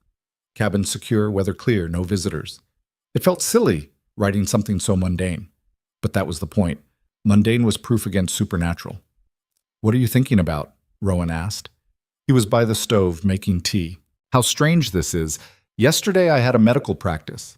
Today I'm living in a cabin in the mountains with a man the whole territory thinks is cursed. Regret it?" "Not even a little. You?" "Regret what?" "Not dying in that river." He brought her tea. "Ask me in 30 days. Fair enough?" They sat together as darkness fell. No torches tonight, no angry mob. Just quiet mountains and cold stars. "Tell me something," Eliza said. "Something real. Not about your wives or the curse. Just something about you." Rowan thought about it. "I wanted to be a teacher before I came west. Wanted to educate children, make them curious about the world. What changed? My father died. Left me with nothing. Teaching doesn't pay much, so I came west to trap and mine. Figured I'd make money, go back, open a school. That was 20 years ago. You never went back. Got married instead, started building a life here. Then Sarah died, and..." He trailed off. "Never seemed like the right time after that." "It could still be the right time. I'm 42 years old, too old to start over. I'm 31. Left everything I knew to practice medicine on the frontier. Starting over is what we do." "That's different." How? You're braver than me. Eliza laughed. I'm terrified most of the time. I just don't let it stop me. That's what brave means. Maybe? Or maybe it was just stubbornness disguised as courage. Either way, she was here. And for the first time in months, she didn't regret it. Day 2 brought rain. Cold, steady rain that turned the clearing to mud and made the cabin feel small. Eliza spent the morning reorganizing her medical supplies, taking inventory. She had enough for basic care: bandages, laudanum, willow bark, needle, and thread for sutures. Not enough for major surgery, but enough to handle common problems. Rowan worked on building the second bed, sawing and hammering while rain drummed on the roof. He was good with his hands, precise and patient. The bed took shape slowly. Where'd you learn carpentry? Eliza asked. My father was a furniture maker before he lost everything. Taught me the basics before he died. You ever think about doing it professionally? Making furniture? Why not? You're clearly skilled. Takes too long. Trapping and mining pay better. Do they make you happy? He looked at her. What's happy got to do with it? Everything. Life's short, especially out here. Why spend it doing things you hate? Because things you hate pay for food and supplies. So do things you love, just takes longer to figure out. Rowan went back to sawing. You sound like Grace. She was always saying I should do something different, something that made me happy instead of just keeping us alive. She was right. Maybe, but being right doesn't keep you fed. Being miserable doesn't either, just makes you hungry and sad. He almost smiled. Almost. By evening, the bed was finished, simple but solid. Eliza tested it. The frame held her weight without creaking. You could sell these, she said. People need furniture. You could make decent money. After the curse is disproven and the town doesn't hate me anymore? Exactly. That's assuming we survive the month. We will.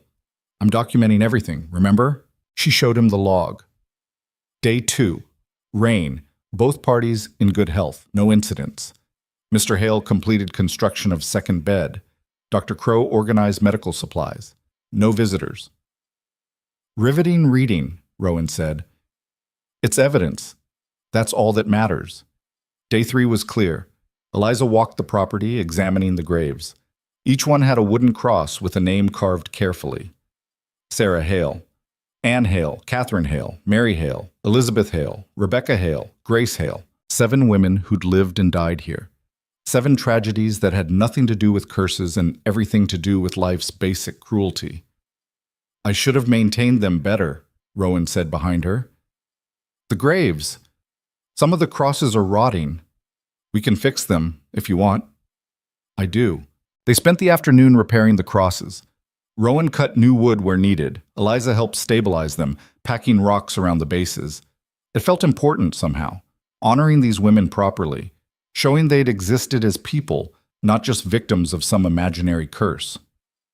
Tell me their favorite things, Eliza said while they worked. Not how they died, what they loved. Rowan was quiet for so long she thought he wouldn't answer. Then, Sarah loved thunderstorms, would stand outside in the rain, face turned up, laughing. Anne loved horses, could calm even the meanest stallion. Catherine loved colors, wore bright dresses that looked ridiculous in the mountains, but made her happy. Mary loved music, sang all the time, even when she couldn't carry a tune. Elizabeth loved her garden, spent hours tending vegetables. Rebecca loved stars, could name every constellation. And Grace, he stopped at Grace's grave. Grace loved quiet, he said finally. Strange thing to love, but she did. The silence of the mountains, the peace, until the peace became loneliness and the silence became unbearable. She wrote to you, Eliza said. Before she left, didn't she? Yes. Left a note. Said she couldn't breathe here anymore. Said she loved me, but loving me was killing her. Told me not to follow. Did you? Looked for her for 3 weeks. Found her body in a ravine. She'd fallen, or jumped. Never knew which. I'm sorry. Everyone's sorry. Doesn't change anything. They finished the repairs in silence. The graves looked better now. Cared for. Respected. That night, Eliza wrote, Day 3. Clear weather. Repaired grave markers. Both parties in good health. No incidents. No visitors. Day 4 brought their first visitor. Not hostile, just Thomas, the young man who'd spoken up during the standoff. He came alone, carrying a sack. Brought supplies, he said. Flour, coffee, sugar. Figured you might need them. Why? Rowan asked suspiciously. Because I think this curse talk is nonsense. And because Doc Crow lost her license defending you. Least I can do is help. Eliza took the supplies. Thank you. Don't thank me yet. Half the town's still convinced you'll be dead by month's end. And the other half? Starting to wonder if maybe they were wrong. But wondering isn't the same as believing. You'll have to prove it. We're working on it. Thomas looked around the cabin, at the repaired graves, at Eliza and Rowan standing together, alive and well. You really think you can do it? He asked. Change their minds? We can try, Eliza said. That's all anyone can do. After Thomas left, they logged the visit. Day 4. Clear weather. Thomas brought supplies, flour, coffee, sugar. Both parties in good health. No incidents. One visitor, friendly. Days 5 through 10 passed quietly, too quietly. Eliza found herself waiting for something to go wrong, some accident or illness that would confirm the town's fears. But nothing happened. They lived. They worked. They ate and slept and maintained the cabin. Boring? Normal. Exactly what they needed. On day 11, Eliza cut her hand while chopping vegetables. Not serious, a shallow slice across her palm, but it bled enough to worry Rowan. This is bad, he said. It's a cut. I've treated worse. But now they'll say the curse is starting. Then we document it properly. She cleaned and bandaged the wound, writing detailed notes. Accidental laceration to left palm while cutting onions. Blade slipped due to wet vegetables. Wound approximately 1 inch long, shallow, no tendon damage. Cleaned with alcohol, dressed with clean bandage. Expected healing time, 5 to 7 days. See, she said. Normal accident, normal treatment, normal outcome. If it doesn't heal normally, it will. Because there's no curse. There's just me being clumsy with a knife. The wound healed in 6 days, exactly as expected. Eliza documented every stage. Day 18 brought another visitor. Doc Winters this time, looking concerned. How are you feeling? He asked Eliza. Fine. Why? Town's buzzing about your hand, saying it's the curse starting. It was a kitchen accident. I documented everything. Can I see the documentation? She showed him the log. He read through 18 days of entries, all mundane, all normal. This is good, he said. Solid evidence. Mind if I copy some of these notes? Might help convince the skeptics. Copy whatever you want. Winters spent an hour transcribing. When he left, he looked more hopeful than Eliza had seen him. 12 more days, he said. If you make it, this could change everything. When we make it, Eliza corrected. When you make it. Days 20 through 25 blurred together. More rain, more cabin fever, more waiting for disaster that never came. Eliza started teaching Rowan about basic medical care, how to clean wounds, recognize infection, deal with common ailments. He learned quickly, asking smart questions. You'd have made a good doctor, she said. Too late for that. Never too late to learn. I'm 42. And I'm planning to practice medicine until I'm 90. You've got 48 years to catch up. He almost smiled. These days, he almost smiled a lot. Day 26. 4 days left. They were running low on supplies again. Rowan offered to go to town, but Eliza insisted on going with him. Better to face the town together than hide in the cabin. They rode down together on Rowan's horse, Eliza behind him. The town was quiet when they arrived. Mid-afternoon, most people working, but word spread fast. By the time they reached the general store, a crowd had gathered. Margaret Pritchard stood at the front, arms crossed. Still alive, she said to Eliza. Disappointed? Concerned. We still have 4 days. And then what? You'll admit you were wrong? I'll admit 30 days passed. That's all. They bought supplies under the watchful eyes of half the town. Nobody interfered, but nobody was friendly either, except Thomas, who nodded in greeting, and young Billy, who grinned. On the ride back, Eliza said, 4 more days. 4 more days, Rowan agreed. Nervous? Terrified. You? Same, but also excited. We're going to prove them wrong. Maybe. Definitely. Day 30 dawned clear and cold. The last day. Eliza woke before sunrise, too nervous to sleep. She'd survived. They'd survived. 30 days without mysterious illness, supernatural accidents, or cursed deaths. The evidence was overwhelming. The log showed normal life, normal problems, normal solutions. No curse.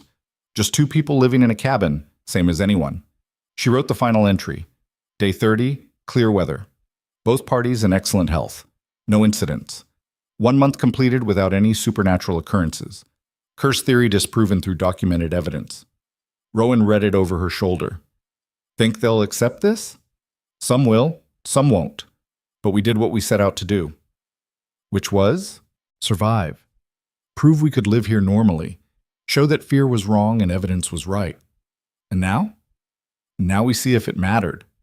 They didn't have to wait long. By mid-morning, riders appeared. Hewitt, Winters, Thomas, and surprisingly, Marcus. They stopped at the clearing's edge. 30 days, Hewitt called out. You made it. We did, Eliza called back. Dr. Crow appears healthy. No signs of curse. Because there is no curse. Never was. Hewitt dismounted, walked to the cabin. The others followed. Hewitt looked older than he had a month ago, tired. I owe you an apology, he said. Both of you. We let fear overrule judgment, let superstition overrule evidence. Does this mean you're lifting the exile order? Rowan asked. Never was an order. Not officially, just pressure. Which I'm lifting. You're free to stay. Live here. No interference. And my license? Eliza asked. Hewitt looked uncomfortable. The council voted to revoke it. We'd need another vote to restore it. Then call one. It's not that simple. It's exactly that simple. You were wrong. Admit it officially and restore what you took. Some council members won't vote for it. Margaret, for one. Then you'll have to convince her, or outvote her. But I'm not living here without being able to practice medicine. That was the deal. Winters stepped forward.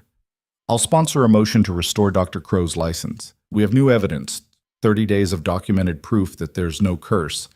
That should be enough. Will it be enough? Eliza pressed. Hewitt sighed. I'll call the vote. That's all I can promise. When? Tomorrow night, Town Hall, 7 o'clock. After they left, Eliza and Rowan stood in the clearing, watching them ride away.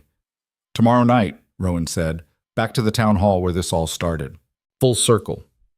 Think they'll vote to restore your license? I don't know. But we proved the important thing. The curse isn't real. Everything else is just paperwork. Rowan looked at her. Really looked at her, like he was seeing something new. What? Eliza asked. Thank you, he said, for believing in me when nobody else did. For risking everything to prove I wasn't a monster. You were never a monster, just a man who'd lost too much and believed the lies people told him. Still, thank you. You're welcome. They went inside, one more night in the cabin. Then tomorrow they'd face the town again, together. Whatever happened, they'd survived.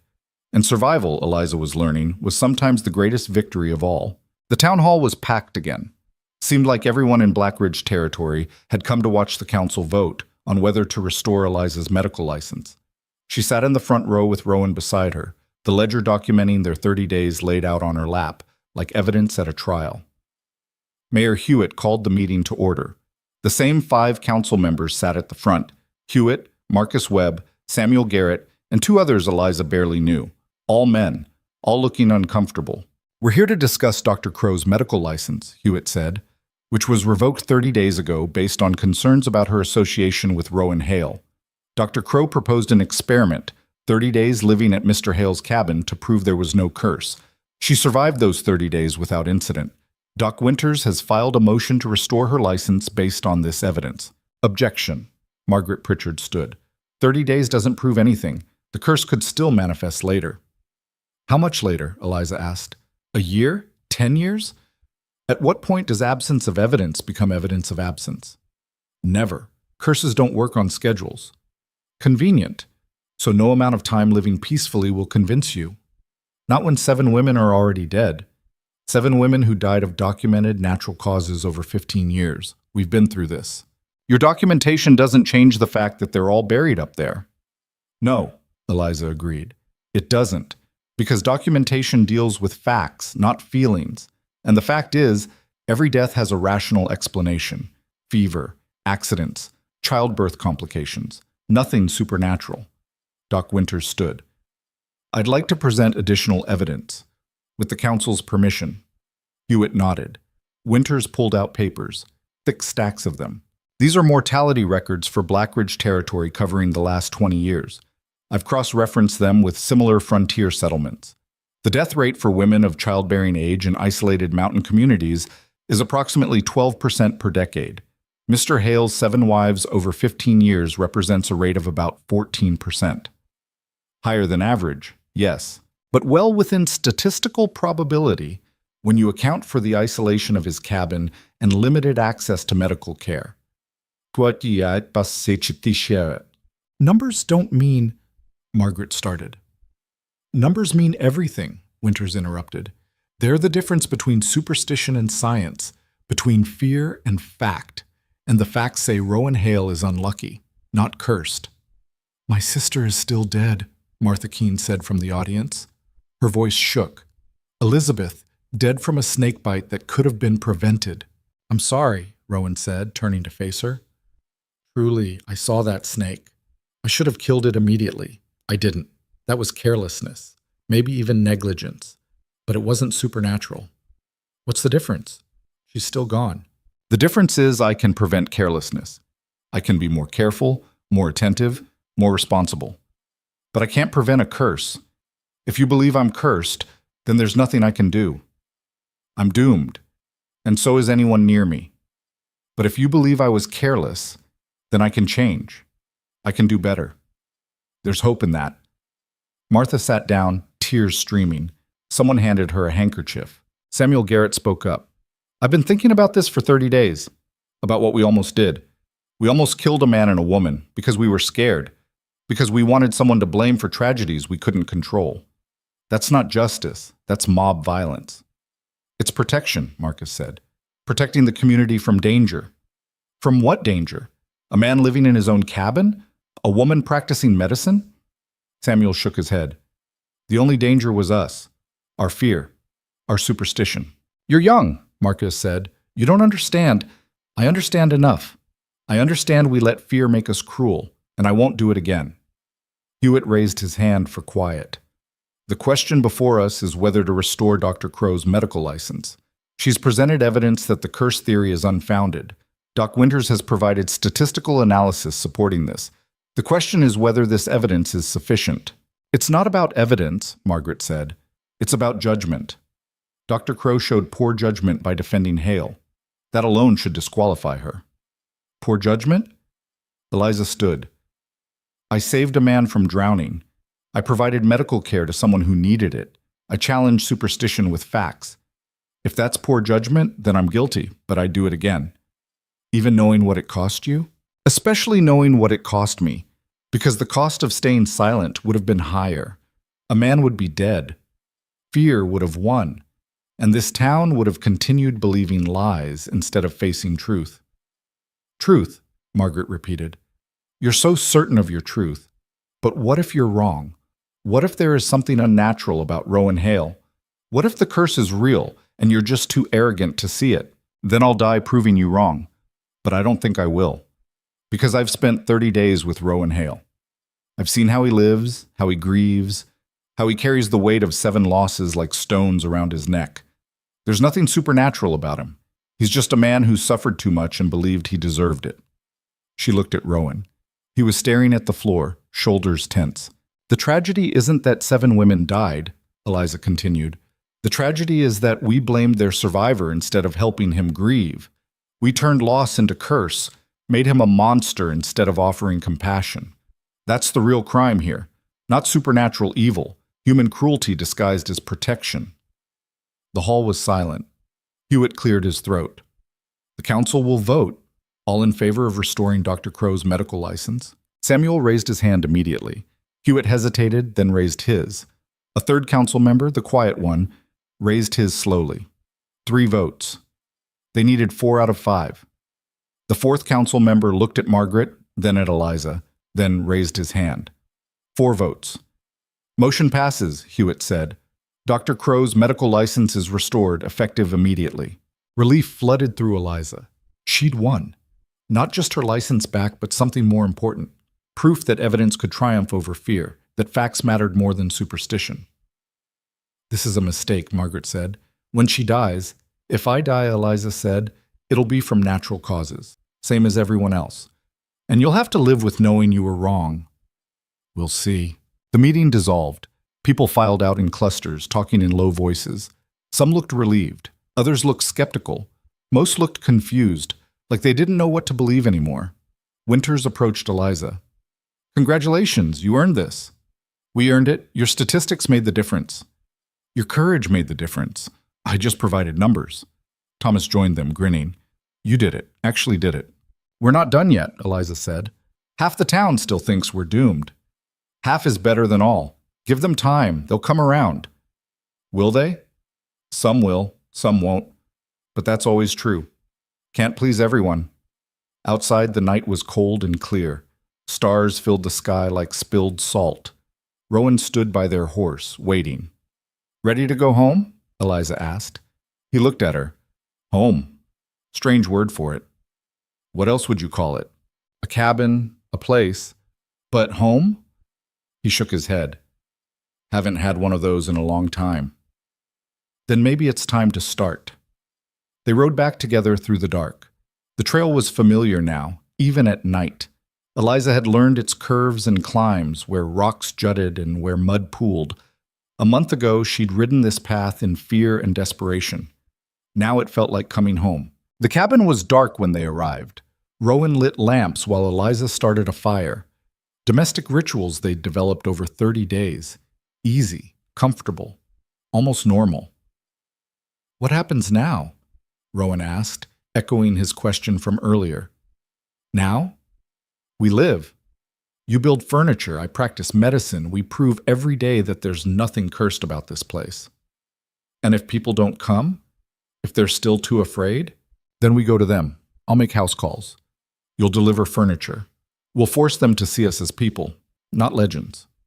That could take years. Good thing we have time. Rowan sat at the table looking tired. You really think this will work? That we can change minds? I think we already started. 4 council members voted to restore my license. That's 4 people who chose evidence over fear. A month ago, we had maybe 2 allies in the whole town. Now we have more. That's progress. Slow progress. All progress is slow. Doesn't make it less real. They sat in silence. The fire crackled. Outside, wind moved through pine trees. I need to tell you something, Rowan said finally. Eliza waited. That night, by the river, when I jumped, he looked at his hands. I wasn't just trying to escape the town's fear. I was trying to escape my own. The fear that they were right, that I really was cursed, that everyone I cared about would die because of me. And now? Now I don't know. 30 days isn't long enough to erase 15 years of believing I'm poison. But it's a start. You gave me that. A reason to think maybe I'm not broken beyond repair. You were never broken, just bent. And bent things can straighten with time and pressure in the right direction. Is that your medical opinion? It's my human opinion. He almost smiled. Thank you for everything, for saving my life, for defending me, for being stubborn enough to stay when anyone sensible would have run. You're welcome, though I did it as much for me as for you. How's that? Because I was tired of being careful, tired of playing by rules designed to keep me small and quiet. You gave me a reason to fight back, to prove that a woman doctor could be right when every man in power said she was wrong. So we helped each other, and seems like. They went to bed in their separate corners. Eliza lay in the darkness, listening to Rowan's breathing even out into sleep. She'd survived 30 days. Proved the curse wasn't real. Regained her license. Won against fear and superstition. So why did she still feel like the real work was just beginning? The next morning brought their first patient, Mrs. Henderson, the woman who'd pulled her children inside a month ago when Eliza walked past. She arrived at the cabin looking embarrassed and determined. My youngest has fever, she said without preamble. Won't break. Been 3 days. Doc Winters is drunk again. You're the only option. Bring him in, Eliza said. The boy was 6, burning up. Eliza examined him carefully. Throat red and swollen, glands enlarged. Scarlet fever, probably. He'll need isolation, she said. Keep him away from other children. Cool compresses for the fever. Willow bark tea every 4 hours. I'll come by daily to check on him. You'll come to my house? Unless you want to bring him up here every day. Mrs. Henderson looked around the cabin, at Rowan working on a chair frame in the corner, at the graves visible through the window. No, she said. I'll bring him here. Safer. Safer from what? From, I don't know, talk, people seeing. Let them see. I'm a doctor making house calls. That's normal. Nothing about this is normal. Then we'll make it normal. By doing it anyway. Mrs. Henderson left with instructions and a supply of willow bark. She didn't thank Eliza, but she'd come. That counted for something. Over the next week, 3 more patients arrived. A minor with a crushed hand, a woman with difficult pregnancy, a child with a cough that wouldn't quit. All people who'd avoided Eliza before, all desperate enough now to risk the curse. She treated them all, documented everything, charged fair prices, acted like a normal doctor running a normal practice. Slowly, grudgingly, the town started to accept it. Rowan's furniture business started the same way, one piece at a time. Thomas commissioned a table. The table turned out well. Thomas told a friend. The friend commissioned chairs. Word spread. Not everyone was ready to let go of the curse theory. Margaret still crossed herself when she saw Eliza. Marcus still glared at Rowan in town. But the active hostility faded into passive disapproval. Progress, of a sort. 2 months after the 30-day experiment ended, Billy Morris showed up at the cabin looking excited. Doc Crow, Mr. Hale, there's going to be a dance, town social, next Saturday. Everyone's invited. Everyone? Eliza asked. Well, most everyone. You two especially. Why especially? Because Mayor Hewitt says it's time to show the town's united, that we're moving past old fears. He wants you there to prove it. Eliza looked at Rowan. What do you think? I think it's a trap. Could be, or could be genuine. You want to go? I want to see if we're really past this or just pretending. That's not a good reason to walk into potential disaster. Sure it is. Best way to find out if peace is real is to test it. Saturday came. They dressed carefully, Eliza in her best dress, which wasn't saying much.